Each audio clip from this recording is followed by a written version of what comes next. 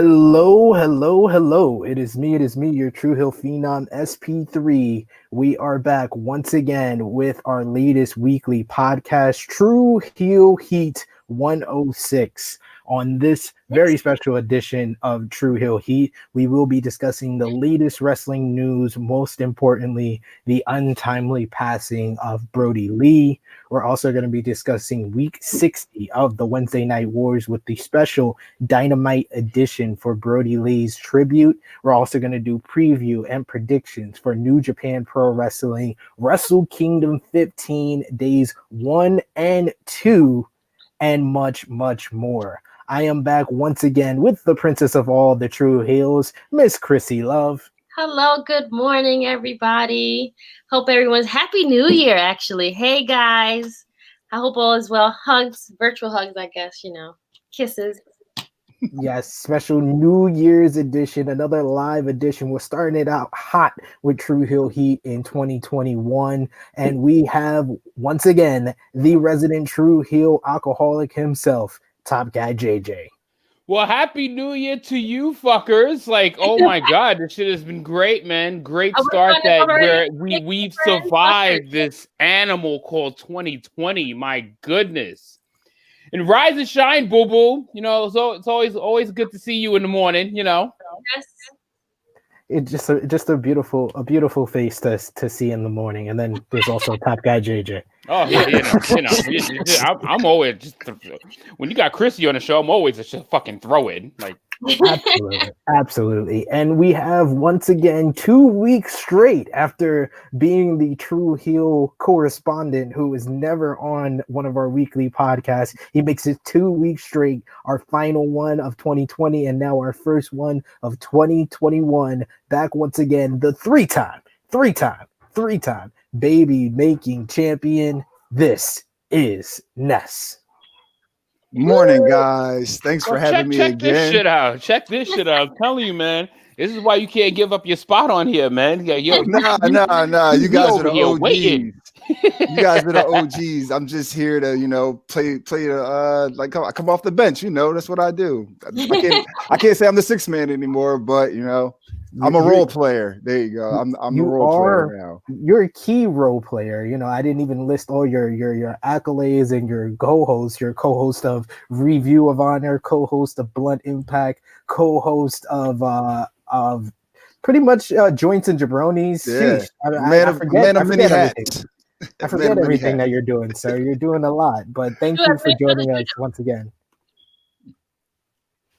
So how is everybody's 2021 going so far? We're 2 days in, so how is it going? I mean, it's as best as it's gonna be. I gotta go. He gonna ask that question like a day and a half into the year. I mean, I fucking forgot. I already forgot like the first quarter of it because I spent like the first 12, 13 hours getting rid of all the alcohol that I fucking drank. Consuming from like 7 o'clock in the morning because I had to celebrate 2 New Years. You know what I'm saying? It had to be 2 New Years, had to be one out in the UK, and then I had to celebrate ours. Well, that's a good thing. At least you had like the 5-hour break in between. You know how quick I had to catch up and drink and take shots just to get on her level? That shit was not easy. Well, you're the resident Tru Heel alcoholic, so it should be. Yeah, that shit put my name to the motherfucking test. I tell you that shit. Fair enough, but we of course have to thank our presenters or our sponsors for this Tru Heel Heat edition, Wrestling Travel, our good friends over there. You can also catch Tru Heel Heat not only here on YouTube for our live stream or on demand, whichever way you're watching it. You can also listen to us on all your audio podcast platforms, as well as in the UK on the great streaming site Powered for TV. But this Tru Heel Heat is a special one because this is our first one following the untimely passing of Brodie Lee. Brodie Lee, aka Jon Huber, also known for WWE fans as Luke Harper. He passed away over the past week. Actually, late on last Saturday when we did our stream in the evening, it was announced that Brodie Lee had his untimely passing at the very, very, very young age of 41 years old. This was, as his wife Amanda Huber reported, it was a non-COVID related lung issue. It was just 2 months after his lungs started to shut down, and while he was hospitalized in the Mayo Clinic in Jacksonville, Florida. He was hospitalized in late October, just weeks after the biggest match of his career in the dog collar match versus Cody Rhodes for the TNT Championship. Dave Meltzer of Wrestling Observer newsletter reported that the doctors at the Mayo Clinic did test Brodie multiple times, and he tested negative for COVID-19 every single time. So this was just basically an unfortunate incident in his life with his lungs failing. And they also reported that Amanda went to AEW to let them know about the issue and asked officials to keep the news quiet. Fightful Select also reported that staff and talent of AEW were informed of Huber's condition as early as November and were asked to respect the family's privacy. So this is probably one of the biggest, shocking deaths that we've seen in the wrestling world ever since probably Eddie Guerrero. And it's right up there with, Owen Hart and people of that ilk, where it's an active wrestler who we just recently saw who is passing away. So I will start with our guest, Ness. What was your thoughts on the untimely passing of Brodie Lee first? And then if you can, share with the people at home your favorite Brodie Lee or Luke Harper moment or match. Oh man, just getting the news last week, it didn't seem real. When everybody else found out prior to me, because again, I was napping last week, and then when I woke up and I'm going through multiple chats from different wrestling groups and things. And then I'm reading and scrolling and people just talking about it. I'm like, nah, that's not real. But then once I got to our chat and I'm seeing you guys talk about it, it hit me no, bro, this can't be real. This really isn't. I couldn't grasp it. I was waiting for him to come back. Even last week's episode when you asked Krssi, when she wanted who she wanted to see Sting face in a cinematic match, my person I wanted to see was him versus Brodie Lee. Sting's just dark, brooding character going up against just the Mr. Brodie Lee, the Dark Order. I think that would have made for an amazing cinematic match, and it kind of would have carried over a little bit of history they had from WWE, with the whole authority situation with Survivor Series a couple years ago when Sting came and helped out Team Cena. I think they could have played up on that as well. But man, it's really been a hard week for me as a fan. I was I still am huge Brodie Lee fan, huge Luke Harper fan. I wanted the world for him in WWE. I want to say my favorite moment or my favorite time was when he going into Survivor Series, from that the month before and prior and even the month after, just the whole last 3 months of 2014, him and his famous "I'm a team player" promo where he lays out Dolph Ziggler and the Authority's office, and that moment right there, I'm yeah, this is what I want. I knew he had it in him. He had the potential to be a top guy. I always seen it. I always wanted it. He was always my favorite guy in the Wyatt family. And when that took place, I'm yeah, this is the push he's going to get. Then right after he becomes Intercontinental Champion. And then I'm just yes, this is everything I wanted. Unfortunately, it only lasted for about a month, but he got the spotlight that I wanted for him for so long or so badly. And I'm just glad that he was able to have that time. But then I really just want to highlight the last couple months, I was waiting for him to get to AEW. I couldn't wait for him to show up, be the Exalted One, and get that recognition that I always knew that the potential that I knew he always had, and he delivered top notch, bar none, no doubt about it. And some of my favorite moments, not even just on camera as an AEW product, but BTE, fucking hilarious on BTE with the Dark Order, getting them over, making them a threat, making them just one of the favorite things of BTE and just AEW as a whole. And man, this is going to be hard knowing that he's not here. He just had a stellar career, just famous matches all over, from him versus Claudio Castagnoli and Chikara. Their one and only cage match, that's still talked about today. All the bangers he had with Jon Moxley prior to AEW with CZW, just going all around the world and showcasing his talent that everyone knew that he had. And then just like the stories coming out now after his passing about how great of a guy he was, and he helped this person, helped that person, and like there's nobody saying anything bad about him, because there's nothing really bad to say, because he was just a great individual. And we definitely lost somebody special in the wrestling community, and I just hope that his family find the strength to go on. Definitely. Very well said, Ness. Let's go over to Miss Krssi Luv. What was your reaction to finding out about the passing of Brodie Lee, and then your favorite Brodie Lee match or moment, even as Luke Harper as well in the WWE? Very sad. Like you said, it kind of reminds you of like the sudden passing of Eddie and of Owen and all those things, and it just shows you how everyone is affected on all platforms.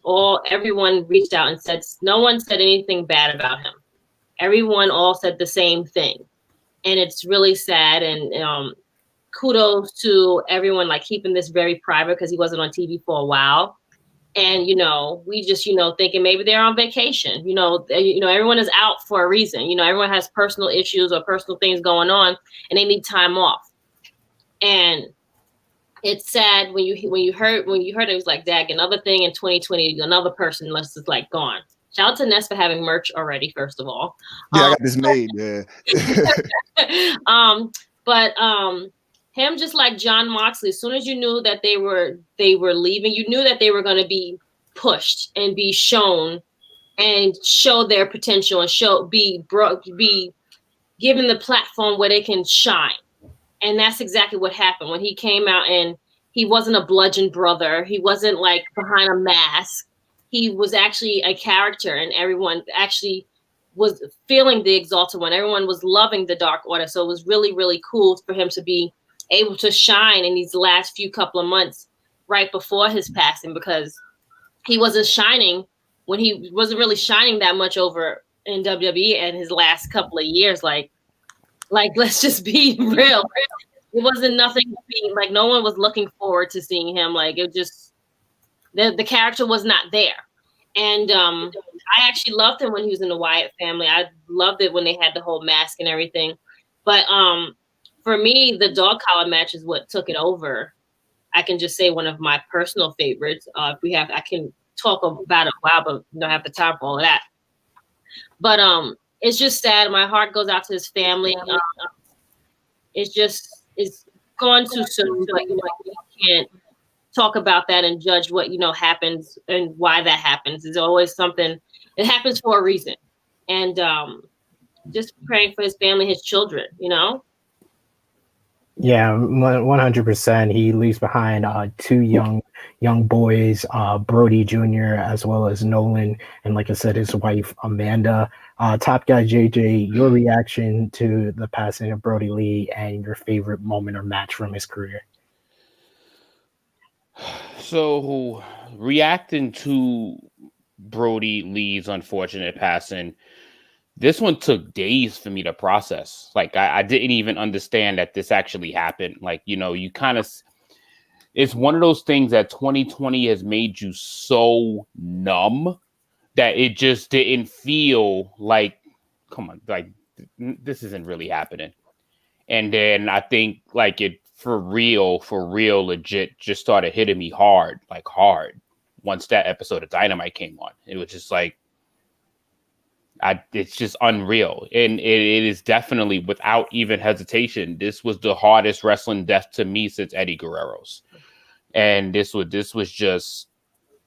gut punching. This was something that you always heard. This was the wrestling fans and all of us. He was always the guy that all wrestling fans pushed for more. We all wanted more for that man. And when he is the definition of a worker, he is the true definition of a worker. He literally took everything that the WWE gave him and he tried his hardest to make it work. Like, no matter how we thought it was, we always saw the talent. No matter how he was perceived, we always saw the talent. Whether he came out in a dirty gray shirt, whether he came out as the red and black bludgeon character, whatever you want to call that, he took it and made it work. Like, he was that special. And when AEW actually gave him a microphone and a chance to speak, it was like, this is unreal. How long this was hidden, how long this talent was hidden, because literally it took 2 to 3 weeks to realize how special he was from a wrestling standpoint. And then hearing all of the stories from, as you guys said, from every single wrestler, from all of the talent that he worked with about how special of a human he was, to realize that all we saw was the wrestler, and then they got to actually know Jon Huber. It was gut wrenching, man. And honestly, it took the whole show to really realize just how special wrestling can be for all of us, because this was just something, I think I even said it when we were just having a conversation, just knowing that no matter how good any episode of wrestling gets, this is probably going to be the most memorable one that I'll ever remember, just because of how deep this was, that we've been following this man for so many years. We've been following him for so long, and we saw him at his highest peak, when he became the Exalted One, when he had that phenomenal dog collar match, when we knew that the sky was the limit for him. We knew the AEW championship was coming to him. We knew it was coming. It was like, oh my God, his talent has finally been fully exposed. And he is just phenomenal with it. And yo, that sweater is fucking dope. That sweater Ness is dope as shit. Like, but as far as favorite moments of his, it started to really break out for me when they had the rivalry with the Shield. Like, it really just started for me with the whole Shield rivalry, because no matter how people felt about the Wyatts or the Shield, they put on fucking clinics. And it was fucking a beauty to watch. Like, that's one of those rivalries that I literally didn't mind seeing that match happen like 7-8 times. I had no problems whatsoever seeing that match as many times as possible.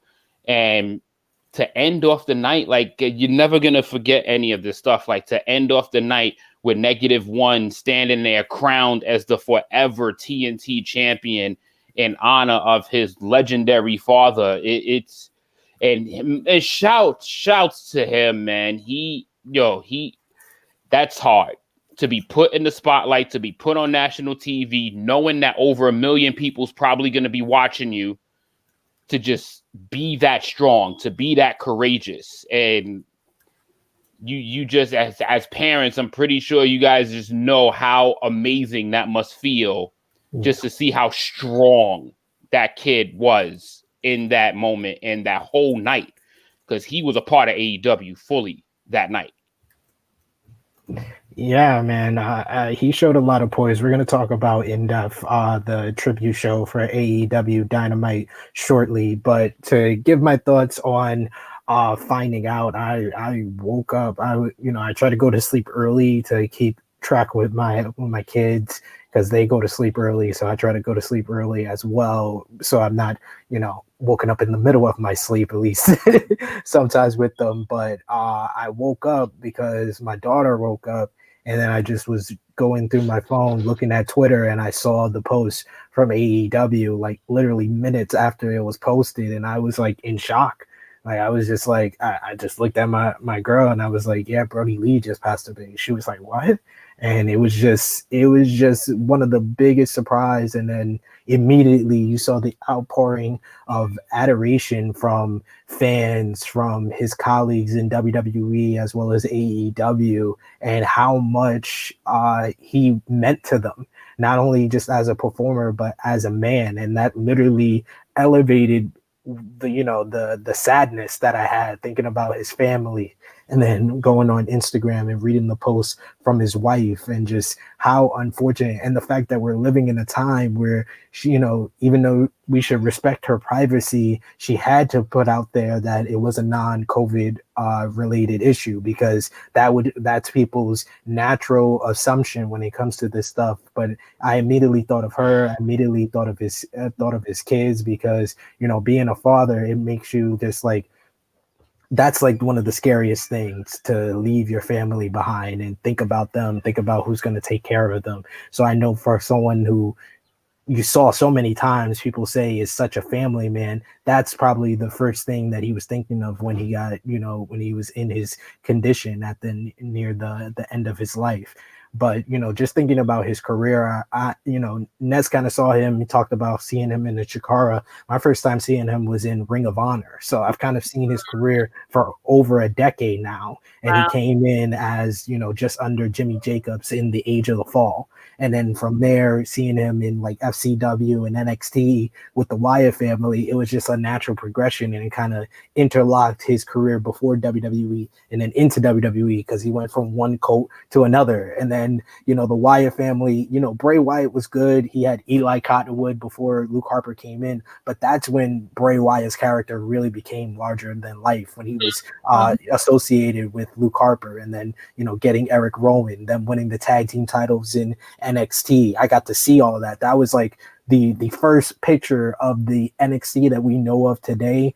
It was the Wyatt family. It was one of the first things that I saw from that. And then their transition, I was so hyped for their debut on the main roster. And, like JJ said, the 6-man with the Shield is one of the greatest multi-man matches that I've ever seen in my life. Just the energy of the crowd before these guys even touch this is awesome. And then him and Seth Rollins were really the MVPs of that match, because they kind of were the glue that held everything together. Seth getting the spotlight with the hot tag, and then him on the other side being the big man who kind of dominated the action but also could sell. And he just had, from the beginning, from his Ring of Honor career to the WWE career, he just had such a presence. He could be a big man and do the power moves and use his strength, but at the same time he had the agility to do suicide dives and just so much athleticism.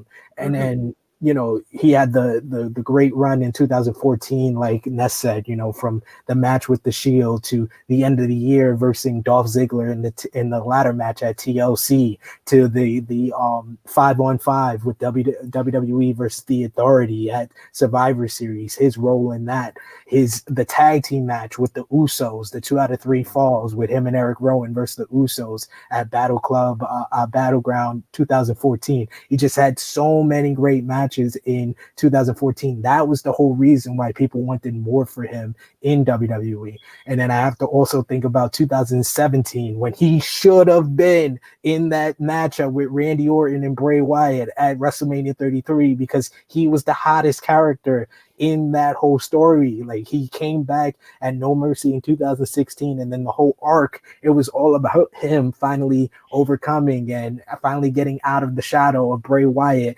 realizing that Randy Orton was a snake in the family. Like, he was the star of that storyline. That's why fans felt robbed when he wasn't involved in that match at WrestleMania 33. And then to go now to the last like 7-8 months with him in AEW, this felt like finally for all the fans that have been fans of him for the past decade or 5 or 6 years, it felt like finally he's getting the spotlight that he deserves. And for him to be a part of the Dark Order, another cult, but this time he's the leader and he's elevating the Dark Order and right in front. And Dark Order was just in a place where it was not good. Like, they had so many segments that were panned by wrestling fans, and he just came in and he made them more. He made them an actual stable. It made people realize, oh, Stu Grayson is so underrated. He's such a great talent. Oh, Evil Uno is so great on the mic. Oh, John Silver is a babyface and a top star in the making. Anna Jay just started her career, but she has so much talent. He just put the spotlight on everyone around him. And, you know, even though he came into AEW to kind of get the spotlight that he never got in WWE, he was able to shine the spotlight on everyone else around him. And I think that, you know, just as wrestling fans, I think he's going to be truly missed being in front of the camera to all of us. And I think that, you know, we wish that his life could have went on, because we all realized there was going to be so much more. And I just go back and I have to, you know, I made the thumbnail for this Tru Heel Heat when he won the TNT championship against Cody. In my eyes, now more than ever, that's one of the greatest endings to a weekly wrestling TV show that I've ever seen. Just how much he dominated Cody, him achieving that goal and having what he said, you know, Warlord said in his tribute to him. He said to Cody, it was the greatest night of his career, and it was one of the greatest like endings to a wrestling TV show that I ever seen. And to see the Dark Order so dominant, him laying out Cody, laying out Brandy, and then that leads to the dog collar match and so many great promos before that dog collar match. Brodie Lee is definitely going to be missed greatly. So we definitely want to dedicate this edition of Tru Heel Heat to his family, to his life, to his career. I think there's just, you know, so much that we could talk about with him, just the greatness of him in front of the camera. But like all of you guys have said, just the outpouring of love and adoration. I've never seen this for any wrestler. And from Big E to Seth Rollins to Bray Wyatt to Randy Orton to everyone from AEW, you just know how much of a great human being that he was, and it just elevates how he's viewed to us in retrospect. But we also have to discuss, you know, some of the not so good things that have come out of, you know, the whole passing of Brodie Lee. I don't know if all of you guys have been made aware, but I really don't want to say his name, but we have to touch on it.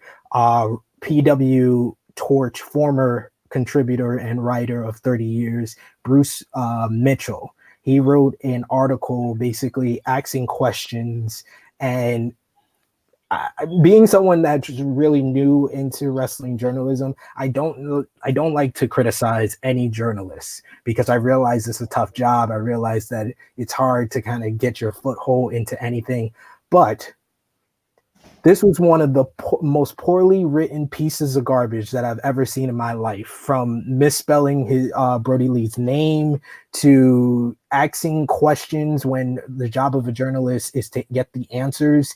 It was just one of the most disgusting things that I've ever seen a wrestling journalist do. And he basically speculated that AEW and Amanda Huber, the widow of Jon Huber, were not being forthcoming with and not being transparent about what actually happened to him, which led to Amanda Huber putting out a Instagram post basically expressing how much she was hurt by this, that she literally put in her original post that it was a non-COVID related issue because she didn't want those type of questions out there. And this gentleman decided to just put it out there. You know, he begged for transparency in the wrestling world, just like the major league sports, but he picked the wrong situation to do it on. And he literally did it not even 24 hours after the death of Brodie Lee.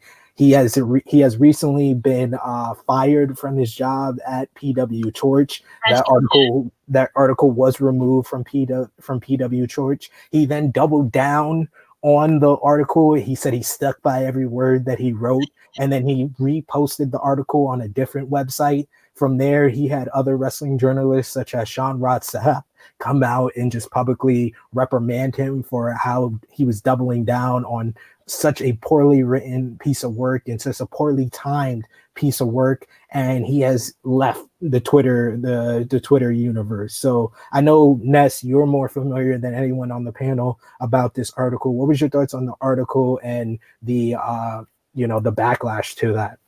Fuck that guy. That's, honestly, straight up, like you said, not even 24 hours removed from his passing, and you're already posting garbage on the internet for fucking hits and likes, and just what people do, they sell their soul for some fucking clout. Like it's terrible. And like you said, Amanda Huber just put out there initially, it was non-COVID related. This has been going on since made knowledge to us since about sometime in October. That's when he has been off of TV, and he passes in December. So, but usually the COVID the time frame for that is about like 2 weeks, like 10 to 14 days. So just that alone, it just shows that it really didn't have nothing to do with that at all. And then just some random dude coming out of left field making all these crazy claims and like, it was unnecessary. It really was unnecessary. Not to say that he should have done it anyway, but like 24 hours, I give it a week or so, like a little bit longer. Let the family grieve, let the fans grieve, like let them get over the situation before you start your bullshit. Don't do it a day after everything starts. And I'm glad he was removed from his position with PW Torch. I'm glad that he has gotten off of the Twitter universe, because if with the right people on there, they definitely would have ran him off prior, just a whole lot of hate mail and stuff like that. And that's that's not anything good as well. But, when you bring that negative energy into the universe, you get it back 100 times fold. And I'm 100% glad that this is the result of his extreme distasteful article, and just pushing that narrative like, oh, it's they need AEW, and Amanda Huber needs to tell us information. Like, they don't have to tell us anything, to be completely honest. They don't have to tell us anything at all. It's really none of our business. What we know is someone that we cherished and adored and had a whole lot of admiration for isn't here. So let's just focus on trying to better ourselves for the situation, and let's be here for one another. Don't come out here doing all this, just it was just so trashy. And I'm just glad that hopefully he'll be a figment of our imaginations from here on out. We won't have to hear about this guy ever again, because that's exactly what he deserves.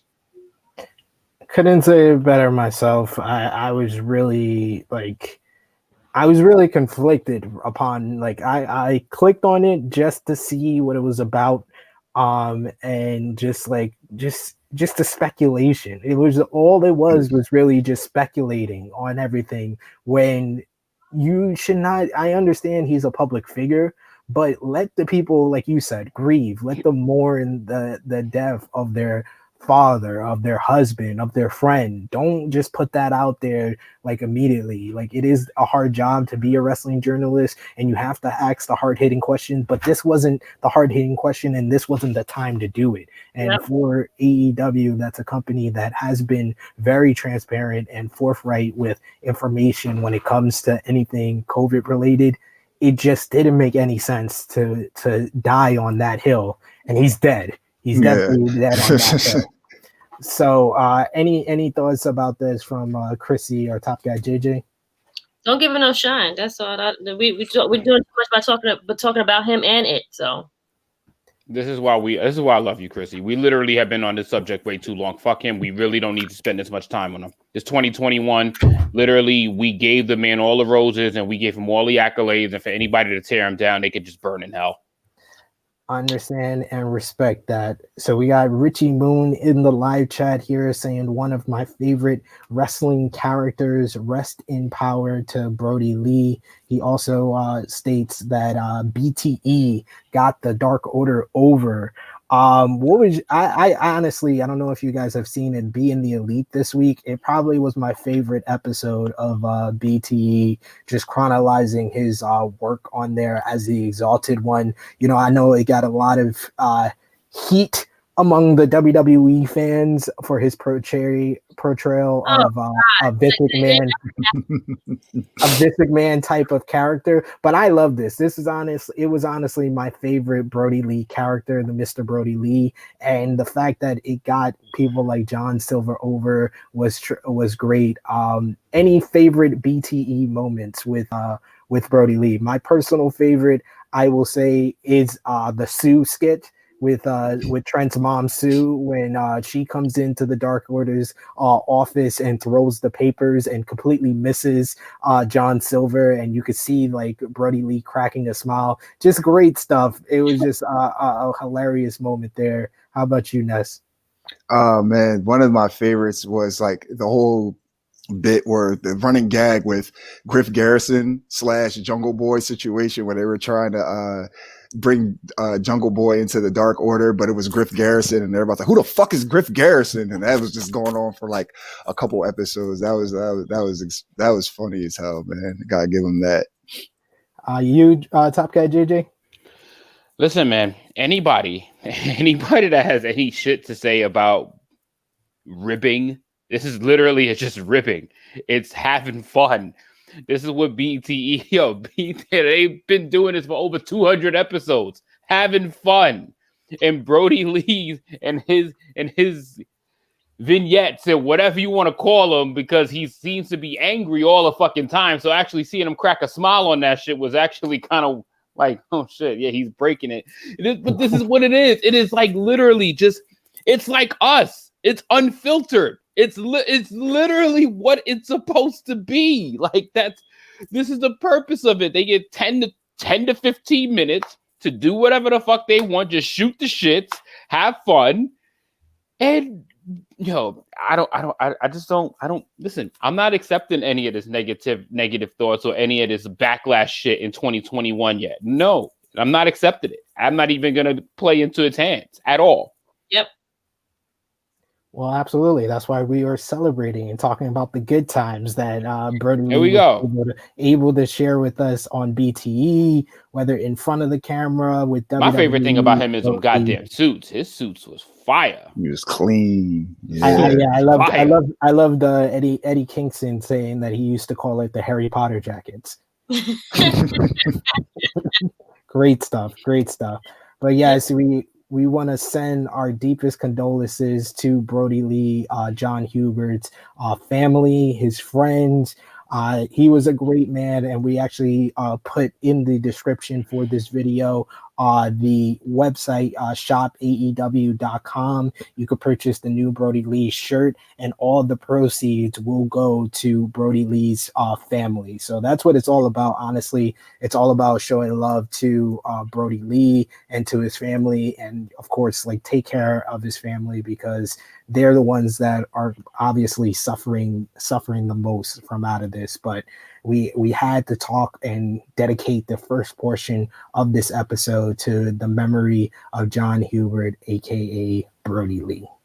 And the thing about realizing that is that you never realize what they're dealing with to entertain us and to provide for their families. Like, you just don't know. Like, we don't know. Like, we don't even know what we're dealing with to entertain you guys and to entertain and then we have to get to our families, and we don't. It's just literally this mixed bag of tricks that they're just constantly dealing with in life. And I think that we just literally having to learn to give people roses while they can still smell them, right? Because I think he was getting those roses. I really do think that he was getting those because he was so acknowledged. He was so respected.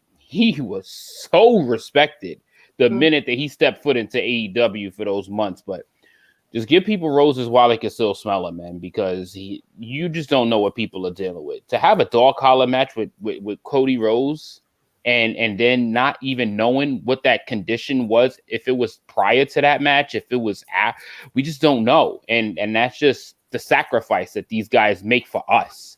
and we have the nerve to actually make comments or gestures about them, it's just wow, you know?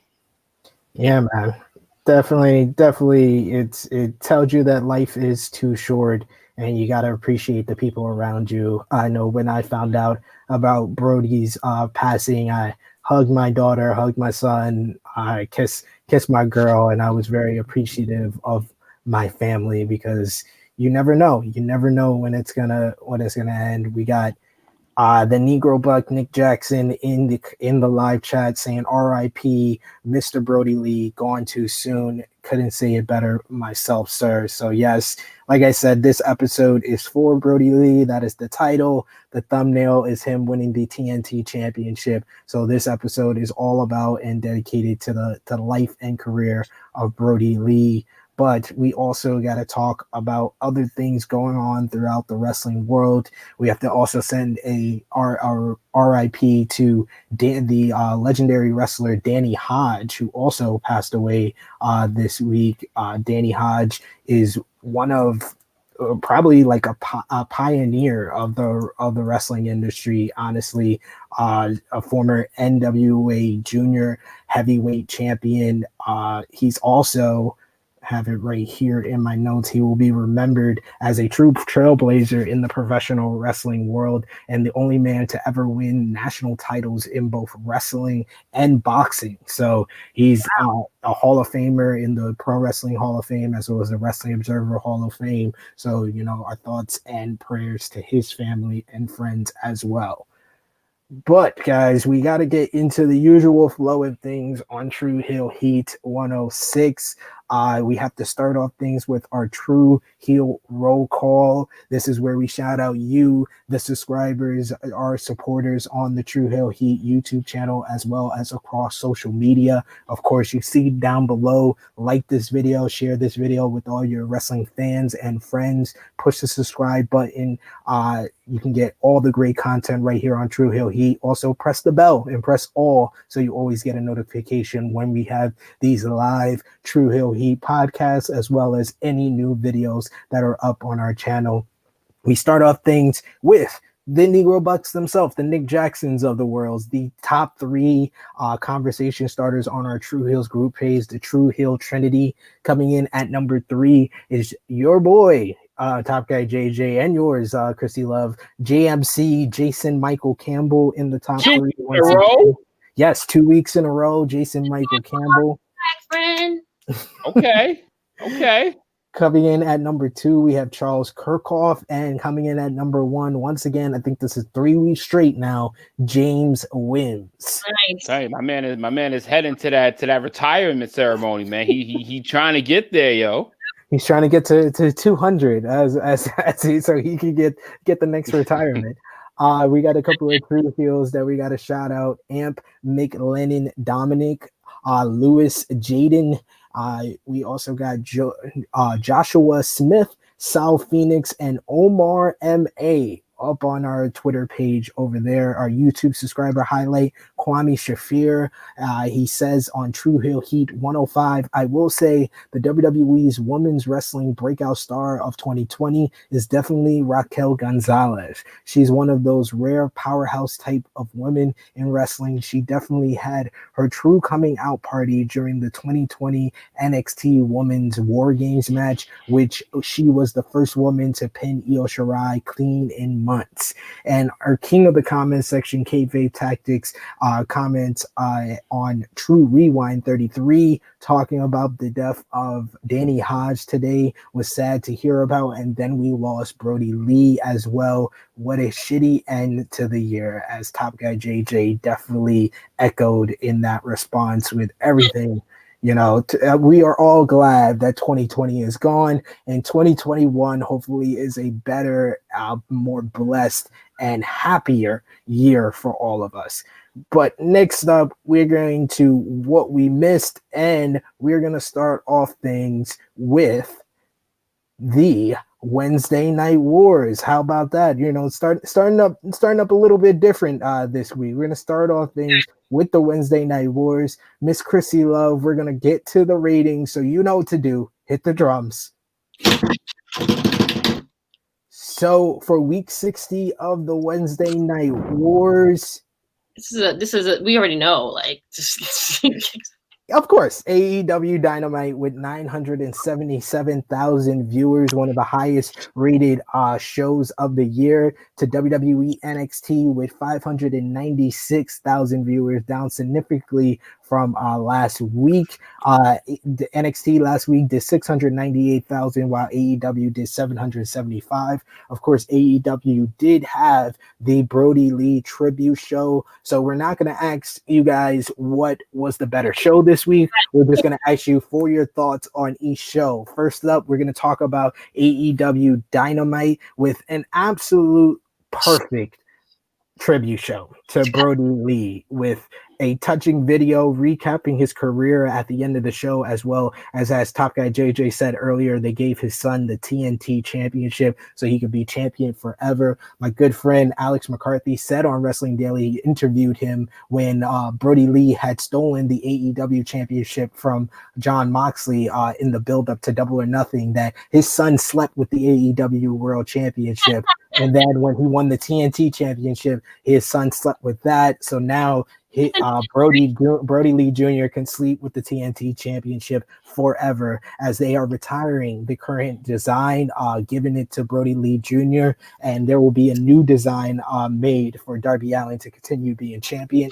The main event was Brodie Lee Jr., aka -1's dream match with his favorites Cody Rhodes, Orange Cassidy, and 10 of the Dark Order, defeating Team Taz. One of the absolute best tribute matches to a fallen wrestler of all time happened on this show, as John Silver, Alex Reynolds, and Hangman Page defeated MJF, Santana, and Ortiz, with Eric Redbeard, aka Eric Rowan, making an appearance to stop Wardlow from interfering, and -1 nailing MJF in the head with a kendo stick after MJF was an absolute dick the entire matchup. Lance Archer in full Luke Harper attire teamed with Evil Uno and Stu Grayson to defeat Eddie Kingston, the Butcher, and the Blade. You had Anna Jay and Tay Conti defeating Britt Baker and Penelope Ford. And honestly, Anna Jay and Tay Conti's best match that I've ever seen those two ladies in. And finally, you had Colt Cabana and the Young Bucks defeat Matt Hardy and Private Party. What was your guys' thoughts on this tribute show, and what was your favorite moment or match of that night? Let's start with you, Miss Krssi Luv. Just first of all, shout out when you think AEW can't just do better, they just keep on doing more. Like, you're going to retire a belt that you even haven't had, that took a while to even receive for us to see it.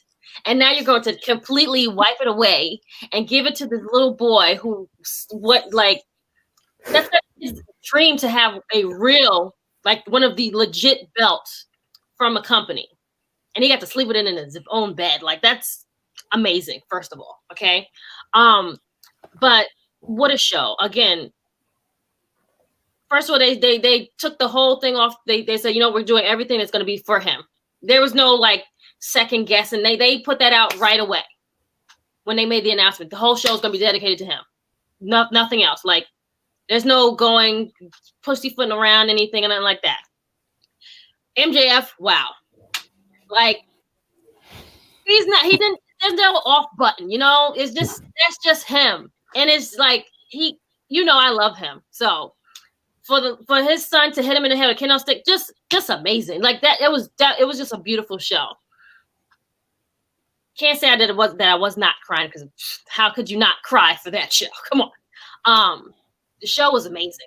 Like, regardless of what was happening, like, I couldn't watch both shows at the same time. I had to watch one after the other.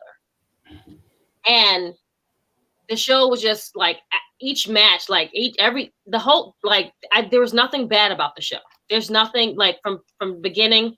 And then you knew what you was going to be in for when you was going to watch that show. You knew that they were going to do something where you're going to be like, damn, like, you had the box of tissue just waiting. And his son that is so brave, and all the guys that are there, like, he's in the crowd, like, everyone was cheering him on. Like, he had the mask on, he had the suit on. Like, it was just perfection. Like, there's nothing, I can go on and on, but I'm not. But perfection. Yeah, I mean, he was Brodie Lee Jr. was the MVP of this episode in my eyes. He just showed so much strength throughout the episode, kind of like just being there for his mom when his mom was crying, to being in the front row when MJF takes off his mask, he's hiding his face like he's a real luchador, but still getting the kendo stick. Like he was just pitch perfect in everything he did on this show. He was great. We got Raging Jay in the live chat. He says, "Hey, my African Americans," and then he also says, "R.I.P. Brodie." He said, "Gonna drink in his honor." I think Drop Guy JJ is doing the same. Tom Guy JJ, what was your thoughts on the Brodie Lee tribute show? Sheer perfection in a sense that you literally have received the most predictable show that you can receive, but that's usually a good thing, because when fans have something perceived and they deliver exactly what you perceive, that's all we want. Like, that's literally nothing more, nothing extra. Just do what our minds are gravitating to, and that is exactly what they did from top to bottom, to the beautiful dedications from Chris Jericho to Eddie Kingston to my goodness, how many other guys that we had speaking on his behalf. And it was just a thing of beauty just to see how many people was just not only touched by him, but just these were real comments. And these were real things said by real people that just really more spoke about him as a man. And they let the in-ring work do the dedication of his in-ring attitude. So it's like, it was just a beautiful combination of it all. Like, literally every single match had its awesome moments. I am not to be biased to anything, and to me, the best match, and to me, it was very close. It was very close. But that Bucks and Colt Cabana match with Private Party and Matt was fucking, and y'all know how I feel about Matt Hardy, but that match was fun. It was so good. It was so good. And having John Silver come out with that Brodie outfit looking like a fucking farmer. Because when you're like 12 inches shorter, 12 to 14 inches shorter, that outfit looks completely different. Like, he looked like a little bus boy and shit. And then it was like, it looked like a little trucker going to get his 18-wheeler. But it just fit. Like, everything just fit. And like, everything hit something different. Like, my man, when MJF came out with Proud and Powerful, that he turned around and our Tru Heel Chris G was like, my man has finally been adopted. Like, it's like it hit everybody in its own way, and that's what I mean, perfection. And just how it, because there is, and with all due respect, I didn't watch NXT at all, because I really was, that was just not, I didn't feel like NXT, and it's not to NXT's fault. It's just I knew what AEW was doing. We knew what they were doing, and that just wanted to give that my full attention. And it was just absolute, and just to see how -1, just how his behavior was for the entire show. How I have never seen a boy so composed in my life. Like he looks built, truly built for the business. Like, you're literally looking at Dominic Part 2, and it's like you're seeing him ushered in, and you could just see it 10 years down the line. You gonna see it. You just gonna. It's just one of those things. Like how my man Thanos, he's inevitable. Absolutely great. Very well said. The Colt Cabana Young Bucks versus the Hardy Party was Colt Cabana's best performance in AEW. What? And probably his best in a couple of years. He was just on another level. But that kind of set the tone for the rest of the match, where these guys are professional wrestlers. Yeah. And, you know, before the bell, you saw Colt Cabana with the emotion, his eyes all red and crying. And finally, there was a lot of storytelling throughout the show as well, with him finally doing the Dark Order pose, not doing the wave. He finally did the Dark Order pose. Stuff like Hangman Page finally standing with the Dark Order. Like, this was a perfect tribute show, because it wasn't like, you know, like Eddie Guerrero, Owen Hart, they got great tribute shows, but those are like standalone shows that didn't fit within the whole like story of WWE at this time. This perfectly fit in everything. Like, I was getting upset a little bit with the knee-jerk reactions on social media during the show, like people getting upset when the Acclaim came out. They're still building to other things. So the Acclaim came out, they immediately got their ass handed to them. Everybody beat them up, they got them out the way. Eddie Kingston saying, "Oh, the Dark Order will be nothing without Brodie." He got his ass handed to him and got Jake the Snake Roberts with a short arm lariat. And then MJF was the best heel, and you needed a bad guy on the show. Yes. And he was just perfect in every way possible, and got his comeuppance with -1, giving him the Kendo 6 shot. I will say, like, I never felt that many emotions watching one match like I did with the John Silver, Alex Reynolds, and Hangman Page versus MJF, Santana, and Ortiz.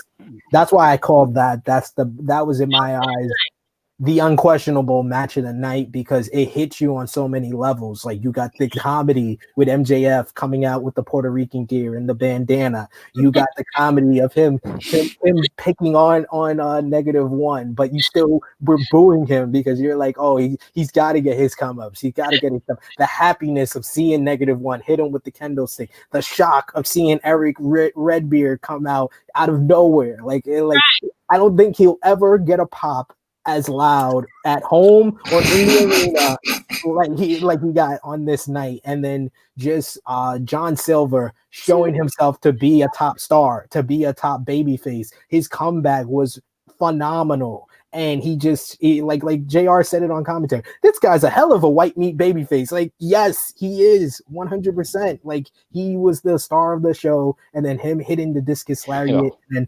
immediately bawling, crying his eyes out, and then seeing Eric Rowan bawl his eyes out and having the sign "Goodbye for now." Like, that was magnifique. That was just perfection in every way of a tribute match. We got in the live chat, Abinaf says, "R.I.P. Brodie, John Silver match got me in the feels." It got all of us in the feels, sir. 100%. Yeah, that was just pure Tribune, man. It was just pure Tribune, and that is just one of those nights, man. It's like everything is gonna hit everyone different. That was just a thing of beauty, and it also shows you that wrestlers are humans and they are sad. Like they went out there to do their job, but it was hard for people to hold back their emotions. So that's why they just let it go. So like for you to see Hangman Page, he had a drink, like he was still character, but you could tell like he's like going to miss their friend. Yeah. Chris Jericho hit it perfectly at the very beginning of the show. He said grown men will cry during this show, and it is perfectly fine. Grown men will cry all night. And that is literally, it's like, yo, I tried to hold in, man. I tried. But once Negative came out and dropped the boots, oh my God, that shit hit.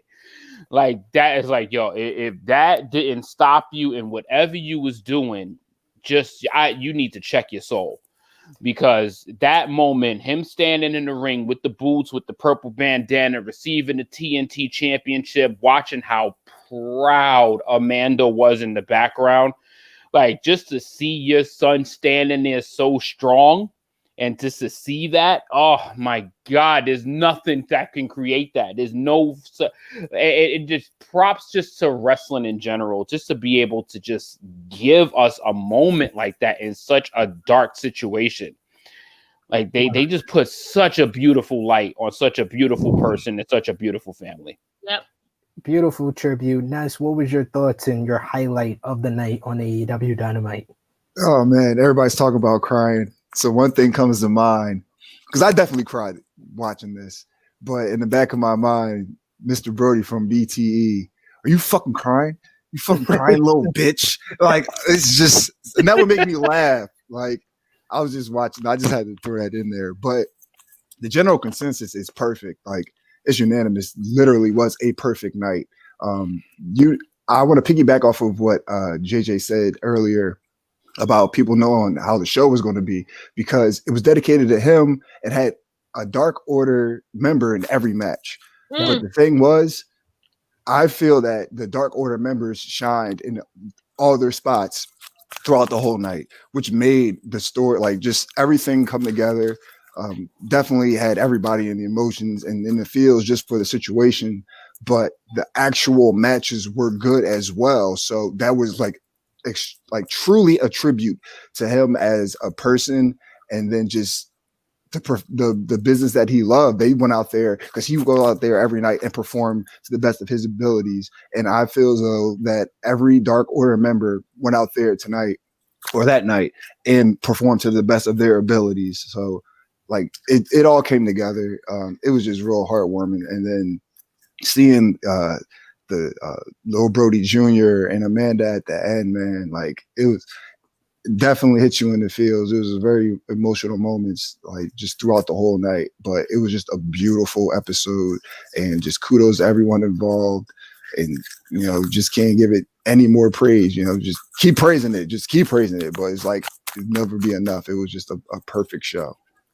Yeah, so like that's the way I said, like it wasn't about what was the better show this week, because you can't compete with that type of show. Like they would even say it's not about ratings. Like, they're just putting it out there. And I love what AEW did. I'm not sure if people paid attention to it on Instagram. I love how many comeback replies they had to fans when constantly fans kept saying AEW is better. AEW is better. Numerous replies from AEW Wrestling themselves. It is not about that. It is not about that. This occasion is not about who's the better company.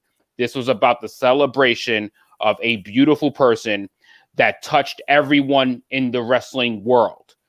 So the winners of the night were wrestling fans. Yep. Like that. That is literally and the Uber family. Yeah, and of course, I mean, it's hard to say the family because they lost they lost one of their core pieces. Well, I'm saying that because Brodie Lee Jr. had the I know the message. I know the message.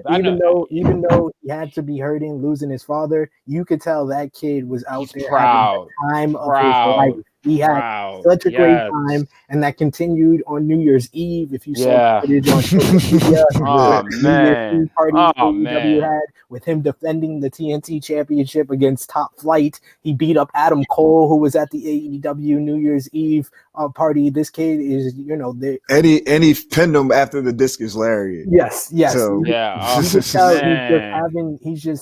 they're trying to keep his mind off of what's really going on, and that just showed you that the wrestling community can come together to big up WWE. They let AEW have their tribute show, and then they let them. They didn't say. I hope they don't do anything as far as them using the pictures, but what I'm bigging up WWE for is them letting AEW do the tribute show first, and then the following day they release their own tribute to Luke Harper with comments from Xavier Woods, Tyson Kidd, Jason Jordan, like great, beautiful, touching tribute from WWE as well. So you have to give them credit. But speaking of WWE, there was another show on Wednesday, WWE NXT.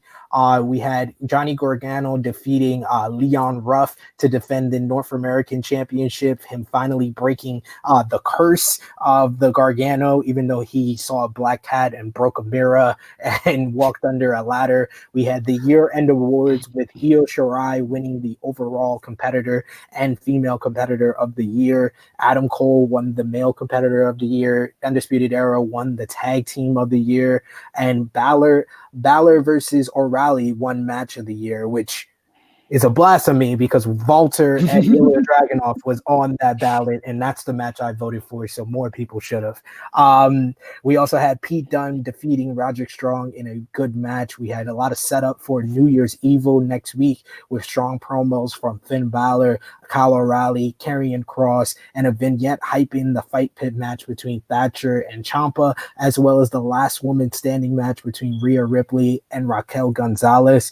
I will say they did a good job hyping the show, but one thing I can criticize about this episode, and I really liked this segment, I'm just going to put that out there, the Rhea Ripley and Raquel Gonzalez video package, but it just didn't make any sense that a week before their final match, you tell us they were best friends. Like, what? When have that ever happened? They have matching tattoos? Like, why is this being brought up the week before their final match? Why this wasn't brought up the week before their first match? This feud has been going on for 3 months. Like, what? Huh? I just had to get that out the way. It was a pretty good. It's so annoying. It's stupid. Like they do stuff backwards. They main rostered themselves. They really are. They really are. It seems like they have to main roster them. NXT I heard is booked ahead of time, unlike WWE main roster. A lot of them Raw, SmackDown, and whatnot. But stuff like that just makes you feel like, was this like written like right before the show? Because it would make more sense if it was. Yeah, but we have to move on to next week, which is going to be AEW New Year's Smash Night 1, as well as NXT New Year's Evil. NXT New Year's Evil is going to have the NXT Championship matchup between Finn Balor versus Kyle O'Reilly, NXT Cruiserweight Championship matchup with Santos Escobar versus Grand Metalik. Yeah, I'm looking forward to that. Absolutely. Of course, you love your Mexicans, Ness. Last women's standing match, like I said, with Rhea Ripley and Raquel Gonzalez. Fight Pit match with Timothy Thatcher versus Tommaso Ciampa, and Karrion Kross going one-on-one with Damian Priest. AEW New Year's Smash Night 1 is going to have the AEW World Championship matchup between Kenny Omega versus Rey Fenix, which they've already promoted might be the match of the year for 2021. AEW Women's Championship match with Hikaru Shida versus Abaddon. The Young Bucks and SCU versus the Acclaimed and TH2. Cody Rhodes versus Matt Sydal, Jake Hager versus Wardlow, Jon Moxley will return, Chris Jericho will be on commentary, and they will have the special guest. Huh? I love him on commentary. He's great. He's great. Yeah, he's great on commentary. He's a natural. Yeah. That's his future career for sure. Definitely. And then finally, Snoop Dogg will appear on AEW this coming week. So since we aren't doing what was the better show for the week, off of those lineups, which show will you be watching more? I know we're going to all watch probably both shows, but which show are you going to be watching more? Let's start with you, Ness. I'm looking forward to Dynamite. I'm definitely going to watch Dynamite first, and then because there are some matches on New Year's Evil that I do want to see. Definitely want to see Grand Metalik versus Santos Escobar, and I definitely want to see Kyle O'Reilly versus was he facing Fenn again? Yeah, I definitely want to see that. And I think Karrion Kross. I got to see if Karrion Kross can finally have a good come match. on, man. Come on, man. I was following you until you brought that bullshit up. No, I got to see if the match actually Did you see that up. crap that, that's the only shit I saw was that they can't even handle fucking a battle outside of the ring properly. That shit is going to be a fucking disaster. Come on. But for Dynamite, come on, son. Handle fucking outside ring bumps properly. Yeah. They fucking double stepping and can't even do that right. And I'm expecting a good match, please. Miss me with bullshit.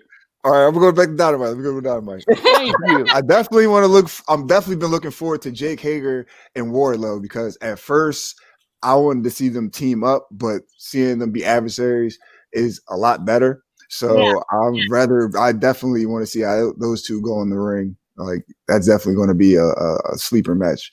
I think a lot of people probably don't expect a lot, but I think they're going to do fairly decent.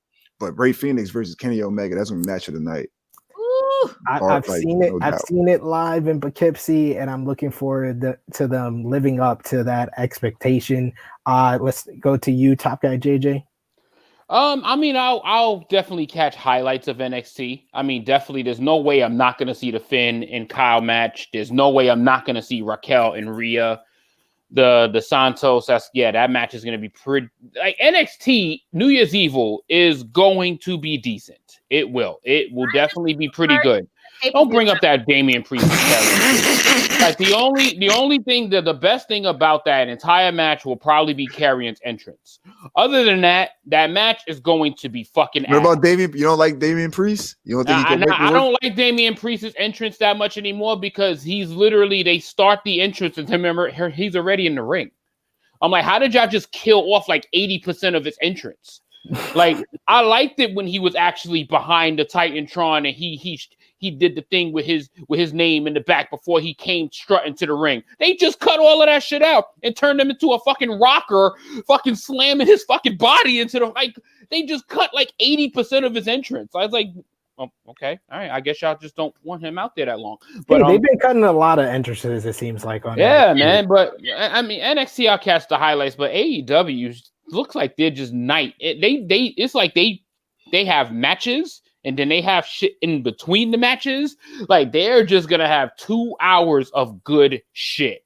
Like it's literally just gonna be a stacked night for AEW. I mean, we know that the main event is probably gonna start at like 9:30, so they're gonna meet all of that other stuff in the first hour and a half, which is what makes incredible television because there's not gonna be a lot of filler in Dynamite. Yeah. Even though New Year's Evil's coming, there will be some filler in there, and Karrion and Damian's match is definitely filler.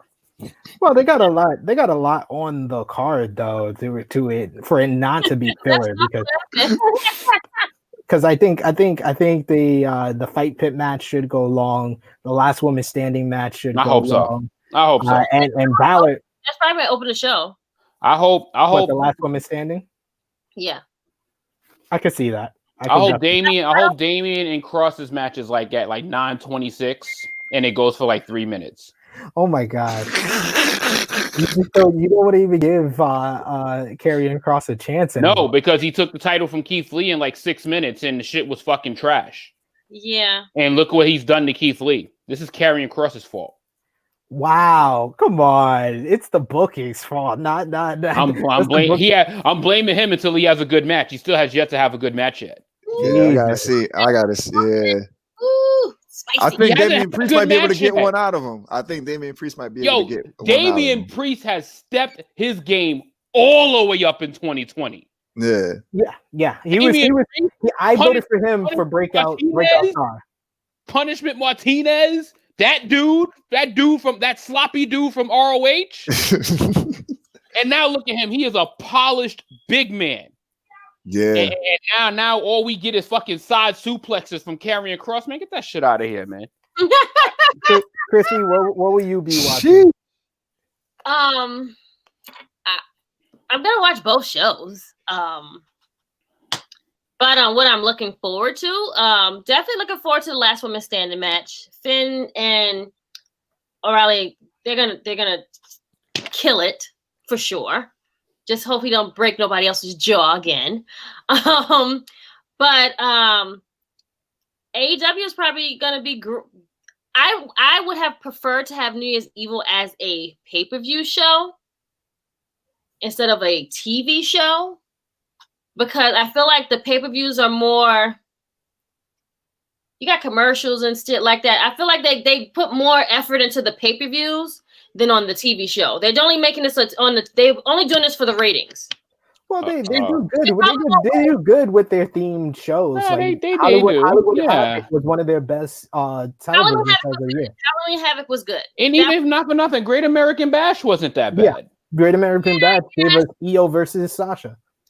It did, but I agree with you. But like, I think because it's on TV, they have the commercials during the matches. But she ain't wrong. She definitely ain't wrong. But dude, because I definitely don't want to miss any. If I'm watching something like this, I don't want to miss any parts of the match. Right. Like I get it. So I'm gonna have to I can't do the whole picture in picture thing. I'm gonna have to watch. Yeah, that makes me turn the channel. I don't do the True anymore. It's too hard. So I respect you for still trying to.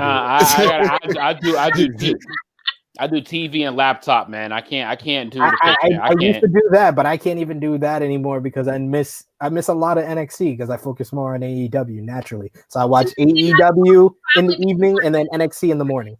And cross. I mean, look, man, you got the ability to get up in the morning for that shit, man. If we doing Tru Heel Heat on motherfucking Thursday afternoon, as soon as I get out of work, man, my black ass got to watch both shows tonight. I ain't got time to review that shit. I gotta watch some shits, go to sleep, go to work, come and film, and give you the results. Well, this is why you like our viewers like our live streams because it gives you time to watch them. So we got in the live chat here, D-Naz. He says, "Hey man, sold your channel through your Brodie Lee tribute. Great stuff. Yes, I was a part of Wrestle Talk's Brodie Lee tribute where I gave my thoughts on his passing. So shouts out to everyone at Wrestle Talk. And shouts out to you, D-Naz, for commenting here in the live chat. We also got in the live chat William Cruz. He says, R.I.P. Brodie Lee, amazing tribute show by AEW and a class act by AEW for retiring the current TNT title design and making Brodie Lee Jr. TNT champion for life. So beautiful. Yes, great comments by everyone in the live chat here. Keep coming. That's beautiful. Yes. Keep them coming. We got a little bit more of the show to go through. So definitely become a part of the show by commenting in the live chat here. But we got to go through a couple of other news notes or what we missed actually with SmackDown this past week. Actually last night as we're filming this, SmackDown was the New Year's Day edition where it had Kevin Owens defeating Jey Uso in the main event, and he was then assaulted by Uso and Roman Reigns following interrupting them in the opening segment. He had Carmella and Bayley defeating Sasha Banks and Bianca Belair, with Mella pinning the SmackDown Women's Champ after a distraction from Reginald. Oh, Krssi must have loved that. Sommelier. So they're going to continue that feud, huh? Apparently so. Boy. So we just saw the next 205 Live star on SmackDown last night. Probably so. He was flipping all over the place. Yeah, he's been there for a minute now. And again, we talked about this last week, but they pushed Carmella too easy, too fast. So now we're going to have them see them fight like 2 more times. I'm over it. At least it'll be on SmackDown. Yeah, I guess so. I guess that's the bright side for Miss Krssi Luv.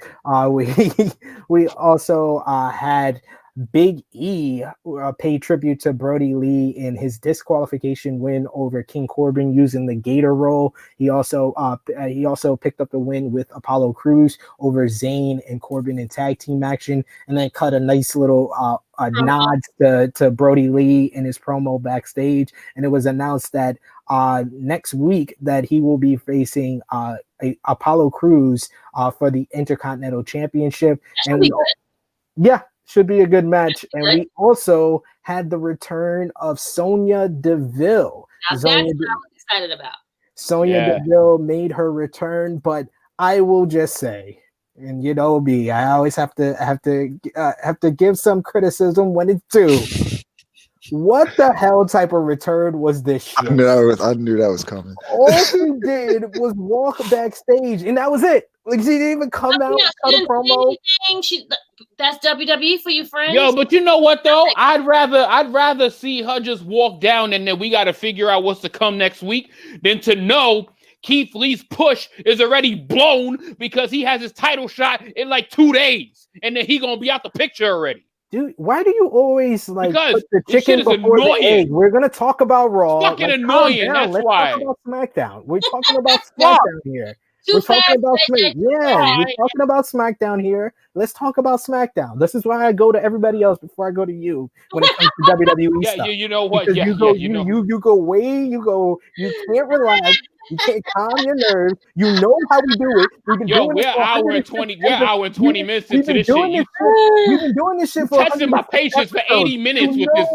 You tested my wrestling patience for 80 minutes already. Because we spent an hour talking about someone who deserved to be talked about, and that was Brodie Lee. So don't criticize me for spending time. I'm not criticizing you. Yes, you I'm are, just criticizing. Now we're talking about WWE, and I can't stand what the fuck they do at times. Oh my God. You know how we go through stuff, though. Jesus Christ. My goodness.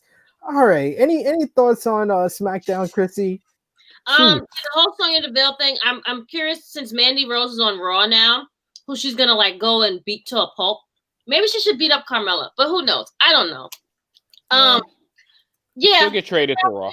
I'm upset that they are botching and making Sasha and Bianca lose to Carmella. I guess they got to make Carmella look good. Yeah, whatever. They got to set her up as still getting another shot. I mean, this is something that we wanted. We kind of said she did great in her matchup at TLC, so at least they're continuing this. Poor Bayley. Well, yeah. Bayley looks so. My baby looked so irrelevant in this match. Yeah. Like, she was so useless in this match, and she's trying to be annoying, but it just was not coming out at all. Yeah. The whole captain thing, take that off. Yeah, it was like 3 months ago. I know it was only 2, but come on, like, get rid of it. It's over. Hey, you gotta do something. She's not the captain anymore. She was the first one eliminated. Get over it. Hey, she was still the captain. She made herself the captain. She made herself the captain. No, you should have ripped that shit off as soon as you got eliminated first, boo boo. Biggie, I'm excited to see what Biggie and Apollo do for next week. I love Biggie. Come on, like this is the shine. This is the shine that he needs to be pushed and to like leave the New Day behind him as he's driving in the car. Unfortunately, they're still your friends. You'll see them later. See them on the other side. Have drinks later. We're gonna meet up for we're gonna come over to my house. We'll have game night, all that stuff. They do their podcast every week, so there you go. They'll see each other at the Royal Rumble in a couple of weeks, for fuck's sakes. Like, come on, like they make it like gone forever, like shit. Right. I mean, it's all right. It's all right. Okay. Yeah. So I mean, let Biggie live. Right. He's probably going to eliminate both of them at the Royal Rumble. I'm gonna big book that shit. That'd be amazing. That would be amazing. That's a bold prediction. I like it. Yeah, I about to say that's actually pretty well said, Ness. Shout out to you, friend. Thank you. You're welcome. So yeah, SmackDown. Yeah, I mean, I just watched the highlights. I have the whole show recorded. So yeah. But yeah, Sonya Deville walked down the hallway. That's it. Looking fine as always. Yeah, I would have wished that she could have came out like Sasha and Bianca did win, and then she came out and attacked Sasha. Them or Sasha or Bianca. I don't know. Make it like feel like a reason for me being back now. I was gone taking care of a lawsuit and things like that. You know what I'm saying? Like, hey, I hope she is up there and maybe wins the Royal Rumble. Maybe her or Bianca. Ooh, that's a good one, friend. I like that prediction. I could see either one of them. I know Alex McCarthy's been a big fan of Sonya, but I would have liked for her to return after Royal Rumble if that was going to be the option. So, damn, bro, we giving up on Bianca already? Oh no, I've never. I said that. I literally. Do you listen to? No, not to you. You know, obviously not, because I literally said Bianca or Sasha. I mean Bianca or Sonya. I literally just said. I'm picking Bianca. That's my girl to win. I'm picking Bianca. Saying it till the Royal Rumble happens. I'm picking her. But like you said, make a comeback meaningful. Say like you're pushing. Like she's not even wrestling. She didn't even talk. So you, like you said, you should have just saved it. Pretty much. So let's move on for JJ and talk about Monday Night Raw. We had Keith Lee defeating Sheamus to face Drew McIntyre for the WWE Championship on Legends Night. We had a whole bunch of guys with Brodie Lee. Legends Night that night. Next week, the night. That's all they're promoting is Legends Night, exactly. That's all they've been promoting. Right, that's what I'm saying. I was like, it wasn't. That's why I was like, SP, what show you was watching? I know the kids was with you and everything, but I'm like, what? No, I said he beat Sheamus to face Drew McIntyre for the WWE title on Legends Night. I know. I thought you said he. Okay, never mind. Forget it. We saw several Brodie Lee / Luke Harper tributes. This is what WWE does. I'm sorry. I'm telling you, I'm not sorry. This is what WWE does. This shit causes fucking annoyance, nerves to go off. We saw several Brodie Lee / Luke Harper tributes from talent like Drew McIntyre, Xavier Woods, Tom Phillips, and Ricochet. We also saw in the ending, in a cliffhanger ending, Alexa Bliss first challenged Randy Orton after he invaded the Firefly Funhouse, and then she poured gasoline, but it was obviously water, on herself and threatened him to set her on fire. Which Raw ended with a cliffhanger with Randy Orton lighting the match. So let's start with you, Top Guy JJ, since you wanted to talk about Raw so badly. What was your thoughts on Keith Lee beating Sheamus to get his first WWE Championship match? I hate being right about it because it's like, so you're going to become the number one contender and you're going to get your opportunity on Monday Night Raw. It's going to be one of the highest viewed Monday Night Raws of 2021. So God, it's not even about him. It's about everybody else that's going to fucking be there. They're cutting, they're pulling people out of their fucking wheelchairs. They bringing people out in their canes and shit.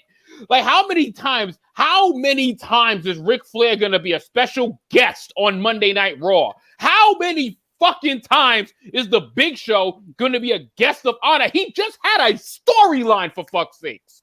Like how are they special guests when the only actual special guest to me was Mark Henry because he wasn't involved in any form of television in the entire year for them besides shit like the bump or pre-shows. Everyone else that is on Monday Night Raw that is an invited legend has had some involvement in WWE programming in 2020. How the fuck are y'all special guests? Y'all been there. But we're going to put Keith Lee's title shot and throw that into the abyss. Like, come on, man. It's like they just gonna make matters worse. And then they not only make matters worse, they make the shit irrelevant. They make his title shot irrelevant because you damn sure know he ain't winning the shit on Monday Night Raw. Like, it's just like, come on, man. You never know. They got a please, whatever. No. Keith Lee ain't winning. He ain't gonna have the biggest moment of his life on an episode of fucking Monday Night Raw that is gonna be overshadowed by a bunch of old people showing up. It ain't happening. And this Alexa Bliss is fucking comical, yo. So she I'm gonna let Krssi talk about the Alexa Bliss. What was your thoughts on the cliffhanger with Alexa Bliss? What in anticipation for Randy Orton setting her on fire? Okay. This whole segment, right, could have all been done at the beginning when they first talked, right? Like, why do you make us talk and wait to the whole end of the show? That's exactly.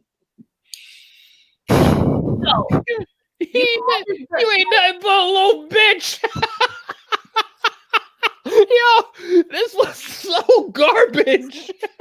It was so outrageous. I watched it with my girl, and she was just like, "That's obviously water," because if she poured gasoline on her head like that, she would die. And then she's breathing it in. The shit is going in her mouth. For fuck's sakes. Like, how are you talking? How are you still talking? How are you good? I was like, she was okay when she was pouring it on the floor. She poured it in a circle. She did not need to pour it over her head because that took me out of the moment. Did you see the meme? No. There's a meme that it has her with all the water on her. And it has a Randy Orton that says, I know Randy Orton is a handsome. Yeah, I'm sorry for still talking, but I think Krssi, I just need to get Krissi's finishing because I think Ness froze. I'm about to say, Ness frozen? This promo was so bad. This promo was so bad to Ness. This shit froze on him. Right, exactly. Okay, first of all, Ness froze for a minute. Ness froze for a minute. Okay, so the whole thing with this. Okay, first, it was just complete, like you said, it was clearly water. Yes, she would have died. But you made us wait in anticipation. We already know that he was not fighting her. Like rolls eyes at you people. Like it was like you made us wait the whole 3 hours for the like it was dumb. It was so poorly. Like last week was great. Then the first part of the segment was cool. But then we didn't need the you could have all did this all in one 10-15 minute shot. Like you didn't have to wait, make us and drag it on. It was just poorly did. I feel like I said like before, WWE just gets it and just do like bingo and just wheels the thing and just like, okay, yeah, we're gonna do this right now. Like go outside and go out there and say, hey. It's like me reading the awards last week. Like awesome. It was just totally like I don't know where the direction is that they're going in right now for the Fiend or what it is. Alexa Bliss is great at the character, but the execution of what they did last week, trash. I agree with you. We got Ransom Ham in the live chat talking about what JJ said about Keith Lee, saying that he's right though. He also commented on SmackDown. Sonya Deville is versatile as fuck.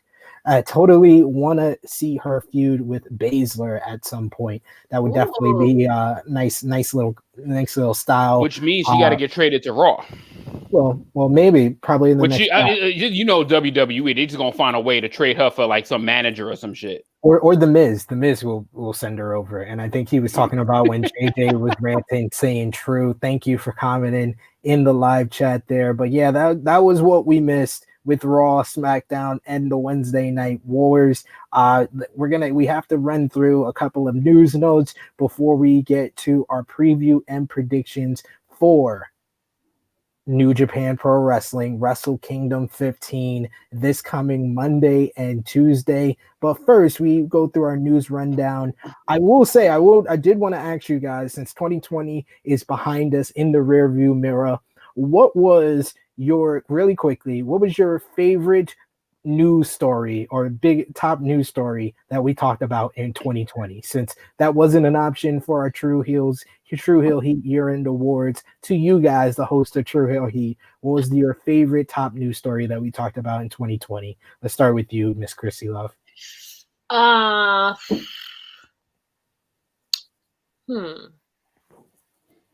Meaning like news story, like just talk, not even like matches, just like news, like something that news that we talked about on the show. I will say for me, my favorite one was the constant WWE reacting to the whole global pandemic. I think every week you guys they failed at it. Yeah, you guys got angrier and angrier with their reactions to the pandemic. So that was my favorite as one of the hosts. How about you, Krssi? That can be a close top one for sure, because I felt like it was like we were talking to the wall at one point. It's the same. It was like everyone is getting tested, but you're not doing anything to prevent anything that's happening. Everyone's coming back, and now you're gonna have a Legends Day, and I'm sure they didn't even test nobody either. Yeah, pretty much. No, they do. They are doing testing now, so at least they're doing that. Yeah.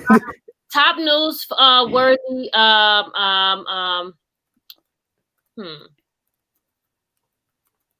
Eluding us or giving us an inkling that, well, it wasn't top news, but you gave us some kind of information about Charlotte coming back. Maybe, I don't know. Oh well, yeah, I did do that. Thank you, Alex. Top guy JJ. I guess if you want to call it like favorite news about our few month episodic rundown of their mishandling of the coronavirus, COVID-19, them not acknowledging that this thing exists. Right. But I would honestly have to say probably if I had to say a favorite that stands out for me was, and it's really, I wouldn't say really top news, but it was just really just in our news line. It's just how we really turned the page and when we got really strong with the Black Lives Matter episode. Like, I think that for us was powerful. It was really strong. It gave us all the freedom to say anything that was on our minds and in our hearts. And it was literally one of the newsless episodes. It was literally just a message. Yeah. And to have the opportunity to do that was definitely, I would say, to be able to speak freely on a platform that so many people watched us on was definitely probably like my favorite thing out of something so dark. 100%. That was with Tru Heel. Josh was on that. That was our highest viewed episode of Tru Heel Heat for 2020. I also got to mention the speaking out after the whole speaking out movement. That episode was very, very strong as well.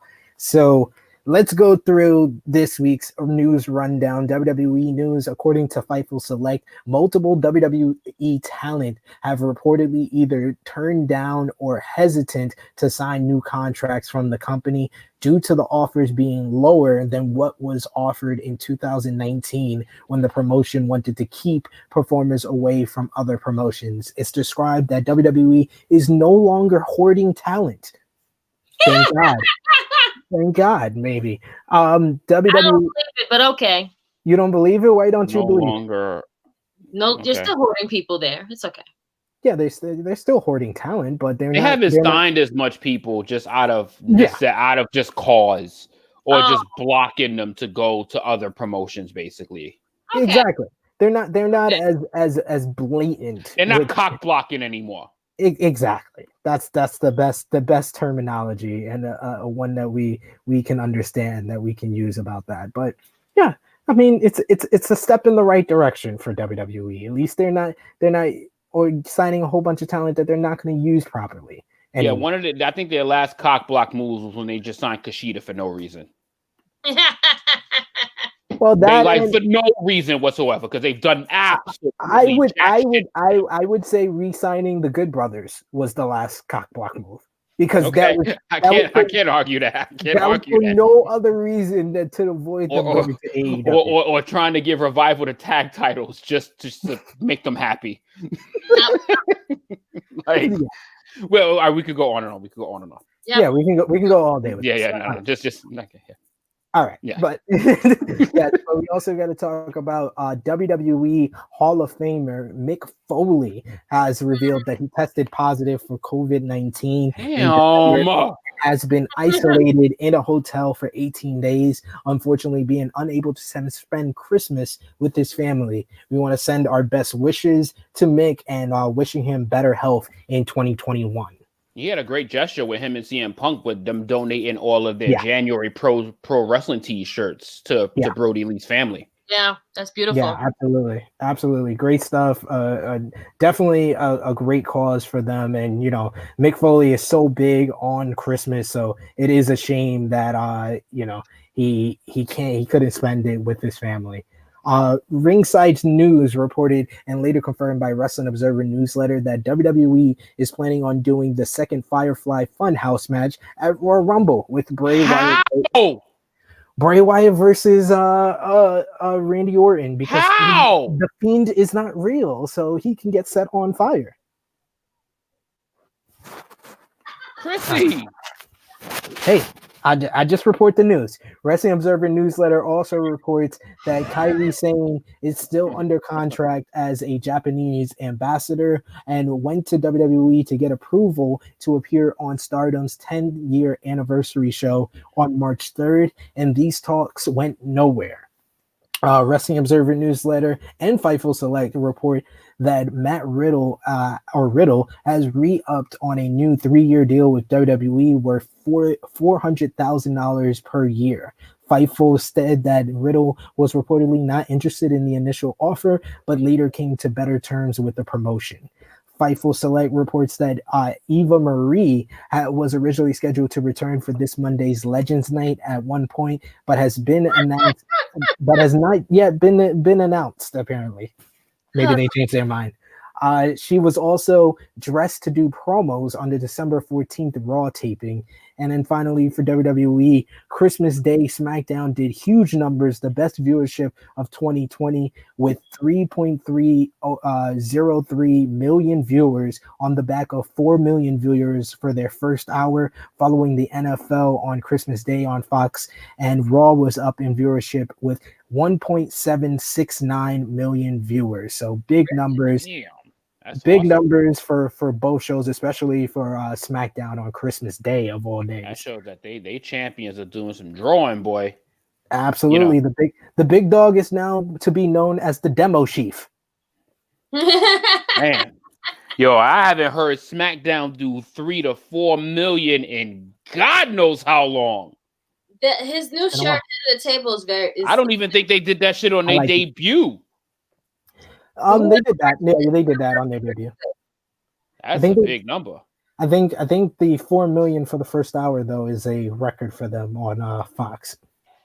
But we got AEW news following up from the Brodie Lee tribute. AEW has reportedly signed Brodie Lee Jr., aka -1, to a contract with the promotion so he could start with the company when he is older. And another great gesture from the promotion.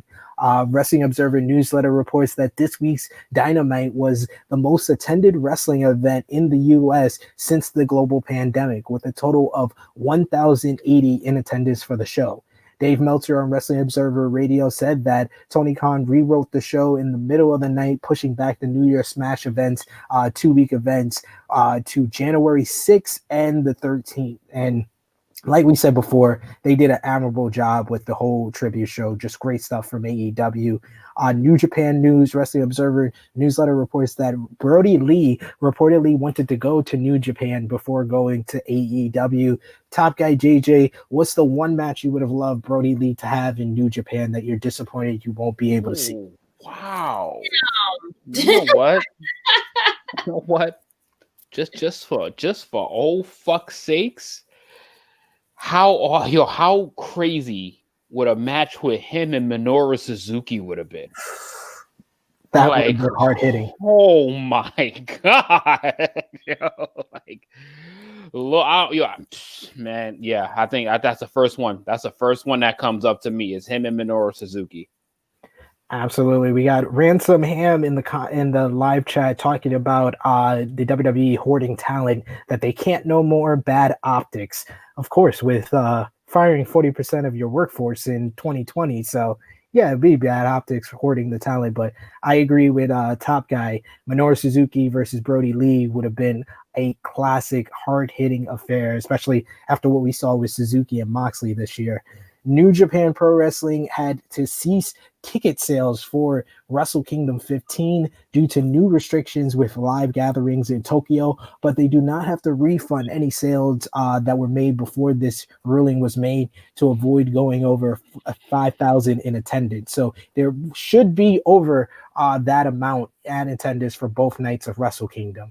We have Impact Wrestling news with Ethan Page is now officially a free agent with his contract expiring at the end of 2020. He also removed his merchandise from his website, which is usually done when talent before signing with WWE, who he has been in talks with, along with AEW and MLW as well. And Sami Callihan re-signed a 2-year deal with Impact Wrestling at the beginning of January, actually yesterday. Other wrestling news, our final news notes, we had Ziggy Dice is now a free agent and did a shoot interview with Fightful detailing his struggles with getting a reasonable deal from NWA as their television champion. Selena Del La Renta has resurrected Mil Muertes as the former Lucha Underground champion is coming to MLW, and GCW Game Changer Wrestling announces their Fight Forever show on January 29th will be the first ever 24-hour live wrestling event to support independent wrestlers. So a great endeavor, something very unique that is going to go down at Game Changer Wrestling. So good stuff from them. 24-hour event? 24 hours straight. Bro, we could barely survive 5. Right. Like, shit. Props to them, but yo, that's a fucking that marathon is appropriate. GCW, it has some loyal fans, so you know they will be coming out to watch that. But we finally got our final segment here as we talk about New Japan Pro Wrestling WrestleKingdom 15. This Monday, it starts. It's going to start at 2 a.m. Eastern Time in the U.S., 7 a.m. 7 a.m. BST in the UK for all our UK watchers. We got a jam-packed card. This is the biggest show of the year for New Japan Pro Wrestling. This is not going to be the typical WrestleKingdom that we've seen in the past with 40,000, 30,000 in attendance. This will be much less due to the whole current global pandemic, but they definitely jam-pack these shows. It's going to be one show on the pre-show for night 1, 6 matches on the main show. The same will be for night 2.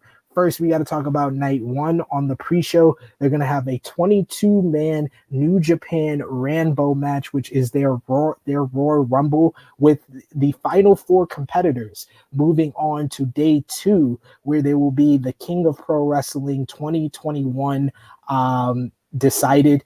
Toru Yano was the King of Pro Wrestling for 2020, so we will see if he will be able to be in the final 4 for the New Japan Rambo. But we're going to talk about the main matches on the main card. First of all, we got El Phantasmo, the Super Junior 2020 the Super J Cup 2020 winner. El Phantasmo going one-on-one with the best of the Super Juniors 27 winner, Hiromu Takahashi. El Phantasmo won the Super J Cup, defeating ACH in the finals, while Hiromu Takahashi defeated El Desperado in a classic matchup in the finals of the Best of the Super Juniors, and he made the challenge to the winner of the Super J Cup, with the winner of this matchup going on to night 2 to verse Taiji Ishimori for the IWGP Junior Heavyweight Championship. Hiromu Takahashi has been the star, the ace of the junior heavyweights, by ELP has been one of the biggest heels that the junior heavyweights have seen in quite some time. So let's start with you, Top Guy JJ. Who you got, ELP versus Hiromu? I'm gonna go with Hiromu on this one. I know Hiromu's been battling a couple of injuries here and there, so I think this is gonna be a great year to redeem and really resurface. Absolutely. I have to agree with you there. I'm going to go with Hiromu Takahashi to get the victory here and move on to day 2. Who do you have, Miss Krssi Luv? Hiromu as well. Absolutely. And we want to hear from you guys in the live chat. Let us know who you think is going to win. We got all the matches on the screen right now, so give us your predictions for who's going to win day 1 of WrestleKingdom 15. The next matchup is going to be for the IWGP Heavyweight Tag Team titles, as the Dangerous Tekkers, Zack Sabre Jr. and Taishi of the Suzuki Gun will verse the Gorillas of Destiny of the Bullet Club. GOD won their first World Tag League this year, defeating Finjuice thanks to help from Kenta, and now they get an opportunity to become the first ever 7-time IWGP Heavyweight Tag Team Champions. So who do you have in this one? Let's start with you, Krssi. GOD. GOD for the win. Top Guy JJ. Yeah, man, you can't go all clean babyface looking and then come out into 2021 and not win some gold, man. GOD is taking this. I'm gonna agree with you. Make it unanimous. Our boys of GOD. And plus, we want to be invited to the next Bullet Club block party. So yes, that's a fact. I have to come to the next one. Yes, I definitely have to be at the next one. GOD to make history at WrestleKingdom 15. Just got to get up really early, boo boo. That should be really early. I'm sure I can do it. More Bullet Club in action, as Kenta will defend his right to challenge for the IWGP United States Heavyweight Championship contract versus Kojima. This was originally supposed to be Kenta versus Juice Robinson, but Juice was out with the injury, and Kojima stepped in challenging Kenta for his briefcase. Kenta has defended the briefcase more times than Jon Moxley has defended the IWGP US Heavyweight title. So this is, I think, in a lot of eyes, a lot of people think that Kenta should just be named the IWGP US champion at this point. But who do you have, Kenta versus Kojima? I will start things off, and I will say Kenta gets the victory here. Who you got, Top Guy? I mean, Kenta is the IWGP United States champion. He is the fucking champion. Come on, there's a pandemic, man. Mox can't fly back and forth. Yeah, the hell? I mean, shit, this is 2020 that hit us. Thank God we're out of 2020 now. But yeah, Kenta's taking this, man. Kenta's the uncrowned champion. Krssi? Kenta for the win. Yeah, if we were going like New York to LA, something different, but we can't keep going across to the other side of the world. So yeah, Kenta for the win, friend. Good point. And next up, we got this one is one that's caused a lot of controversy for New Japan fans, including yours truly, as Hiroshi Tanahashi, the ace, Mr. Wrestle Kingdom, will go one-on-one with the Great Okan of the Empire. The Great Okan made his return to New Japan, the former Young Lion, after spending some time in Rev Pro. He was undefeated in Rev Pro and then came over to be the enforcer of the Empire behind Will Osprey. He has attacked Tanahashi on multiple occasions, including beating him in the World Tag League. He's attacked his knee. Tanahashi has had a somewhat down year from the standard that he has made, but at 43 years old, he's still one of the best performers in New Japan Pro Wrestling. This isn't the first time that Tanahashi is versing a returning Young Lion, as 3 years ago, he went one-on-one with Switchblade Jay White, and a lot of people were upset about that. So will Great Okan be the next Switchblade in developing, or will Tanahashi beat Okan like he did Switchblade 3 years ago at WrestleKingdom? Who do you have, Tanahashi versus Okan? Let's start with you, Miss Krssi Luv. I have Tanahashi for the win, friend. Top guy JJ. The level of disrespect for Tanahashi for this WrestleKingdom match is fucking blasphemy. The Great Okan, like, come on, bro. Like, I know y'all trying to push new stars. Y'all trying to make no, not Tanahashi. You don't give him. We knew Jay White was on the come up, but come on, Tanahashi better win this fucking match. I even have he better win this fucking match. I even have my friends in the UK that said that they saw him in Rev Pro, Great Okan, and they said they've never heard anyone say that the Great Okan is good in the ring. So even though he was undefeated in Rev Pro, he didn't impress a whole lot of people. I mean, this does seem like the perfect opportunity for Tanahashi to put over someone new and make a new star. But he has been dominated so much in the lead up to this match. I have to go with Tanahashi. So we're unanimous once again. And this is where WrestleKingdom, I think, is going to go into high gear. And we're going to get the Tokyo Standard with our final two matches on day one, as it's going to be Kazuchika Okada going one-on-one with Will Osprey. These two men were former stablemates in Chaos, Will Osprey being sort of the little brother of Kazuchika Okada, where Okada versed him in Rev Pro in 2015 and invited him to New Japan and invited him into Chaos. They've been, Osprey was then 0-4 in his next 4 matches against Okada, always proving that Okada was the bigger brother. And then in the G1 Climax, day 17, the final night of the A block, Osprey, with the help of his girlfriend Bea Priestley and Great Okan, finally defeated Kazuchika Okada and then gave him the hidden blade. Since then, him and the Empire, along with Great Okan, Jeff Cobb, and Bea Priestley, have beat down Okada multiple times and showing his dominance, where Will Ospreay says he's going to end the career of Okada in the Tokyo Dome. So who do you got? Osprey versus Okada. We'll start with top guy JJ. Come on, man. You had me up until Okada, until he said he's going to end Okada's career. Like, I mean, how many men have come and tried this nonsense and it just doesn't work? Like, Osprey, oh, God. I want Osprey to win this match so bad. I want him to win this match so bad that I'm going to pick him. I just want him to win this match so bad that I'm just... But, picking against Okada at WrestleKingdom is like almost suicidal. So I'm gonna try to look death in its face and cheat it. I'm picking Osprey. Okada's the one that comes out. He came out last year looking like the white, looking like Tommy from Power Rangers in the white. That was? Yes. And he had the rainfall come down. I'm going with Okada. Fuck that shit. You just have to ask who Okada was.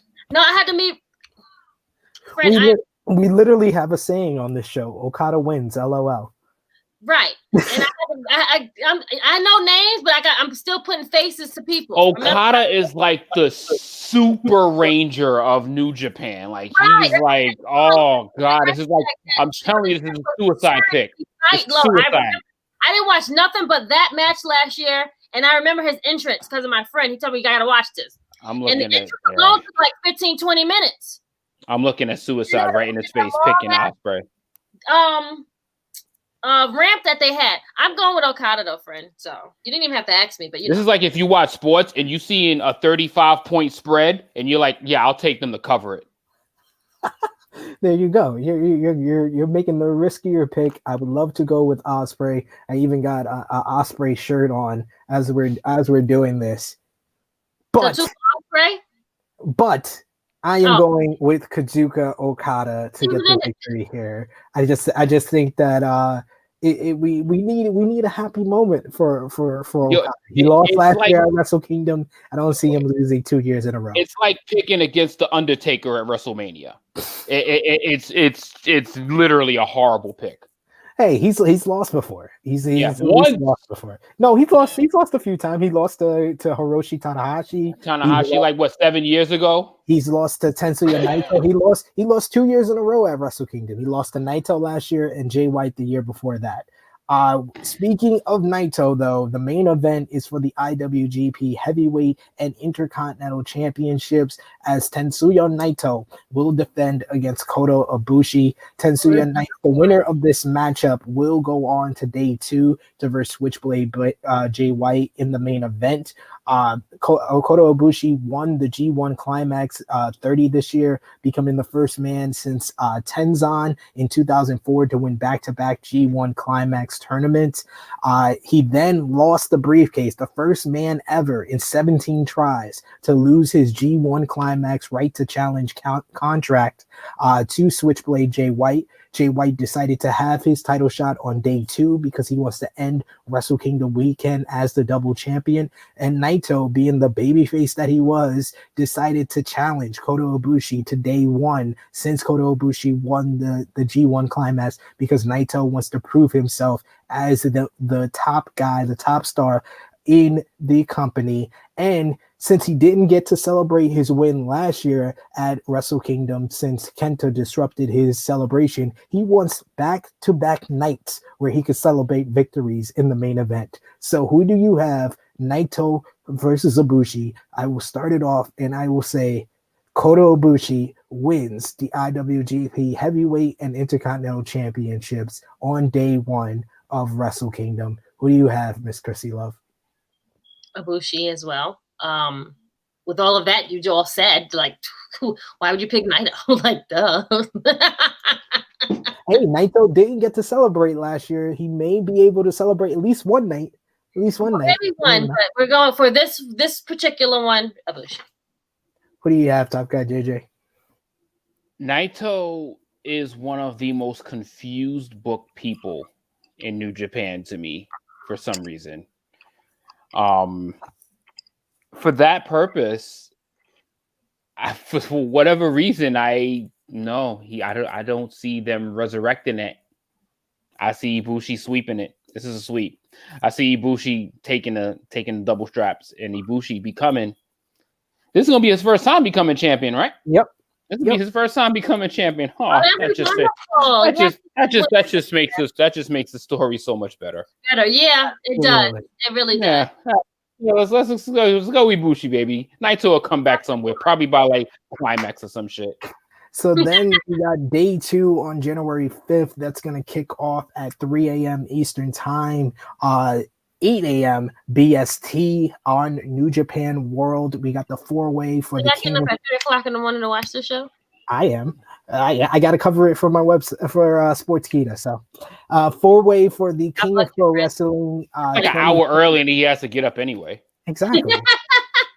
we're gonna see a 4-way for the King of Pro Wrestling 2021 with the 4 competitors who are the final 4 in the New Japan Rambo on night 1, and then the main show is gonna. We're also gonna have a Stardom, the Ladies of Stardom, on the pre-show in to be announced matches, and then we have for the IWGP Junior Heavyweight Tag Team titles El Desperado and Kanemaru of Suzuki Gun versus Master Wato and Ryusuke Taguchi. The Wato and Taguchi first teamed up in the IWGP Junior Heavyweight Tag Team Tournament.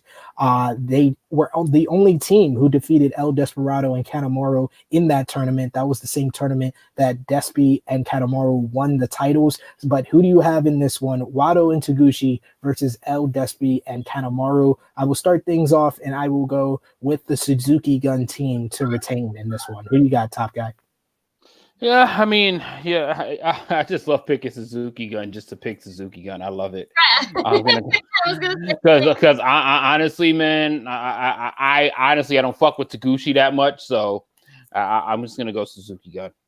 What do you got? I just like saying the name Suzuki Gun. It just sounds great. It's just cool, right? So fucking cool. It is a cool name. And then you got for the IWGP Junior Heavyweight Championship, we all went for Hiromu Takahashi to defeat ELP on day 1. So he will go one-on-one with Ishimori. Taji Ishimori for the IWGP Junior Heavyweight Championship. Ishimori defeated Hiromu at Summer Struggle in Janku in August to win the IWGP Junior Heavyweight Championship, but Hiromu did defeat Ishimori in the Best of the Super Juniors tournament. So they are now 2-1 all time against each other. So does Hiromu having the advantage? So does Hiromu get his 3rd win against Ishimori and regain the IWGP Junior Heavyweight Championship for the 4th time, or does Ishimori retain? Who do you have, top guy JJ? This is exactly, they love playing this shit out, man. So I'm gonna go with Ishimori taking this one to even this bitch up, because they're gonna have a big blow off in a couple of months. They gonna keep this shit going. So I'm gonna go with Ishimori. Taking this down. What do you have, Miss Krssi Luv? Ishimori. So 2 for the Bullet Clubs, Ishimori, and I'm going to be the difference maker here. I'm going to be different, and I'm going to go for my favorite guy in New Japan, Hiromu Takahashi, to win the IWGP Junior Heavyweight title for the 4th time. And then we got for the Never Openweight Championship, it's going to be Shingo Takagi defending the title against Jeff Cobb of the Empire. Jeff Cobb joined the Empire in the World Tag League 2020 tournament, teaming with Okan, and they defeated Shingo and Sanada, with Cobb pinning Shingo to gain this opportunity. Shingo Takagi won the Never Openweight title from Minoru Suzuki back at Power Struggle, and this will be the first time that he is defending the title at the big stage of Tokyo Dome for WrestleKingdom. Who do you have? Shingo versus Cobb, Miss Krssi Luv. Ooh, this is a hard one. I'm gonna go Shingo for the win. Who you got, top guy? Jeff Cobb has proved me wrong for some time in 2020. He's actually picked up a couple big matches in at the end of the year here. So I'm actually, not quite there yet. Not quite there yet for you to pick up bigger wins. I'm gonna go with Shingo to defeat Jeff Cobb. But you're almost there, son. You're almost there. Almost there. I like Jeff Cobb's. I gotta He's almost there. Not quite yet though. Not at the WrestleKingdom stage yet though. I know who Jeff Cobb looks like, so. Then we have a grudge match in the semi-main event. It's gonna be Evil going. Wait, SP, I don't think you picked SP. Well, I'm going with Shingo. I'm going to go with Shingo. I'm going to make it a sweep for Shingo. Thank you. So then we got a grudge match in the semi-main event. It's going to be Evil going one-on-one with Sanada. The former... why are they not? They're not easy. These are harder and harder as you keep going. I'm reading the that's called a good card, boo-boo. Exactly. That's the point. Like that card, and I'm like, I like both. Like, I can't... All right, go ahead. You got these two men. Stressed by good wrestling. former Los Ingobernables.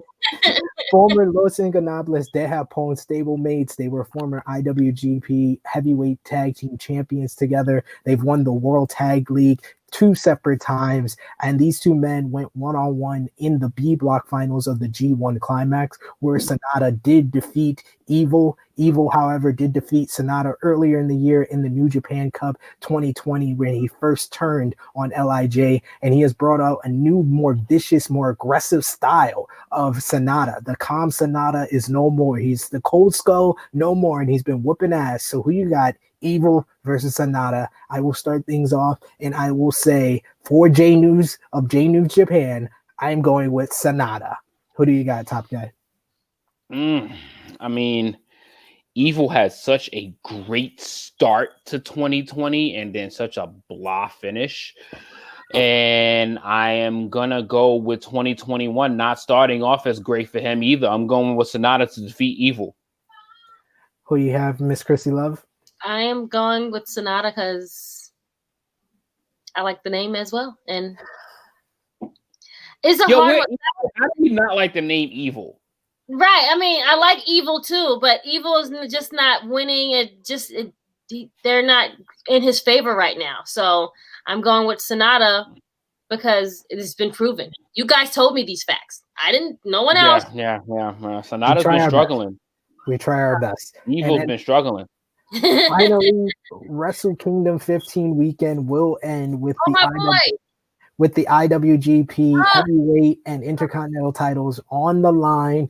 We all said that Ibushi would defeat Naito on day one, so he will defend the IWGP Heavyweight and Intercontinental titles against Switchblade Jay White. Like I said, Switchblade won the briefcase, became the first man ever to defeat the G1 Climax winner to win the briefcase, and he called his shot for day 2. He wants to end Wrestle Kingdom with both straps, and he can do it because we know Ibushi and Naito will probably kill each other on day 1. So there will not be much left of either man to verse Switchblade. So who do you got? Ibushi versus Switchblade. Let's start with Miss Krssi Luv.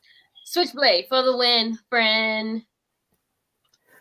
All right, we got one for Switchblade. Top guy JJ. That's what makes it so sad. That's what makes it so sad, because Ibushi's going to become the champion for the first time ever in his career to lose it after one night. Yeah. like it's so fucked up, but it's going to happen. This is so happening. Switchblade is definitely going to pick up the scraps and become the IWGP Heavyweight Champion. And IC, I throw that in there too now. Double champ. So I guess I'll be the difference. I'll be a different once again, and I think that Ibushi pulls off the clean sweep. He gets his revenge on Switchblade on day 2 to walk out as he said the man wants to become a god. So he will become a god at Wrestle Kingdom and win.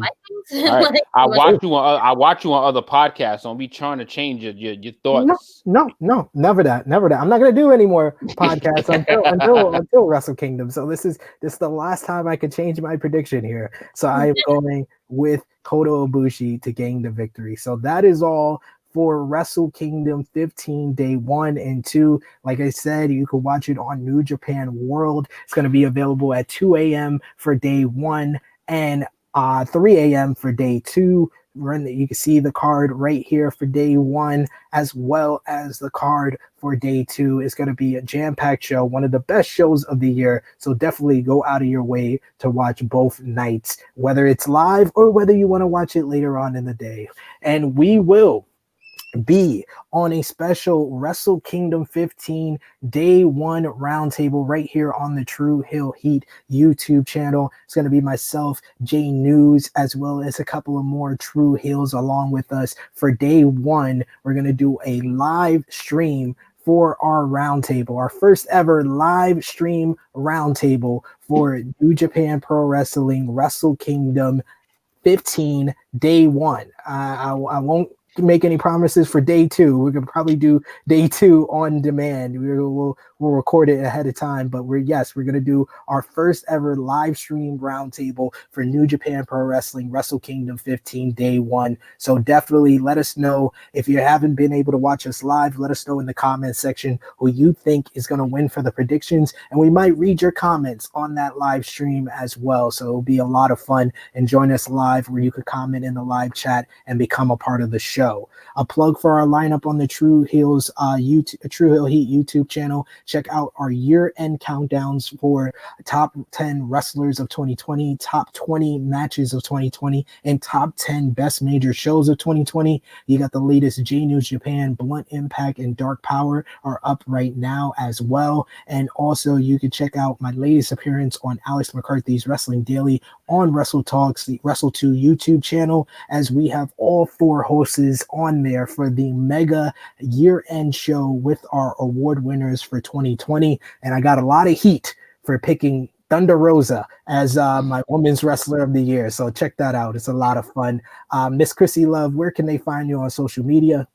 I am the sensation Miss Krssi Luv. You can find me on IG, Twitter, and on Facebook. Krssi Luv _ just Krssi Luv, or just plain Crystal Lynch. Top Guy JJ.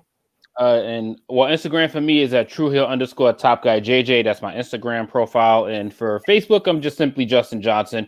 But I'm a little bit more active on Instagram. Pretty much post my Instagram stuff to Facebook. Makes sense. You can follow Tru Heel Heat on Facebook, Twitter, and Instagram. You can follow me on Instagram at Tru Heel _ Epic SP3. You can also follow a bunch of our friends, Wrestling Travel, Warrior Wrestling, Battle Club Pro, as well as Mission Pro Wrestling on Facebook, Twitter, and Instagram. YouTube, you can subscribe to the YouTube channels for Marcus Cash, My Battery is Dying, Jimmy Macaram, Wrestling Travel, and of course, Wrestle 2 to check me out on Wrestling Daily every single Wednesday, live at 3 p.m., 8 p.m. BST. Of course, like this video, share this video with all your wrestling fans and friends. Comment down below if you haven't been able to catch us on the live chat here. Comment down below in the comment section. Let us know what your thoughts on our podcast, our weekly podcast, and of course, your predictions and previews for WrestleKingdom 15. But most of all, tell us what your favorite Brodie Lee moment or match was. We definitely want to hear that below in the comments. Push the iCard to subscribe and the bell below that to press all notifications for all the great content right here on Tru Heel Heat. You can also listen to Tru Heel Heat on iTunes, Spotify, Anchor, or wherever you listen to your favorite podcast platforms. And you can catch us on Powered 4 TV, where we have all of our videos on Tru Heel Heat.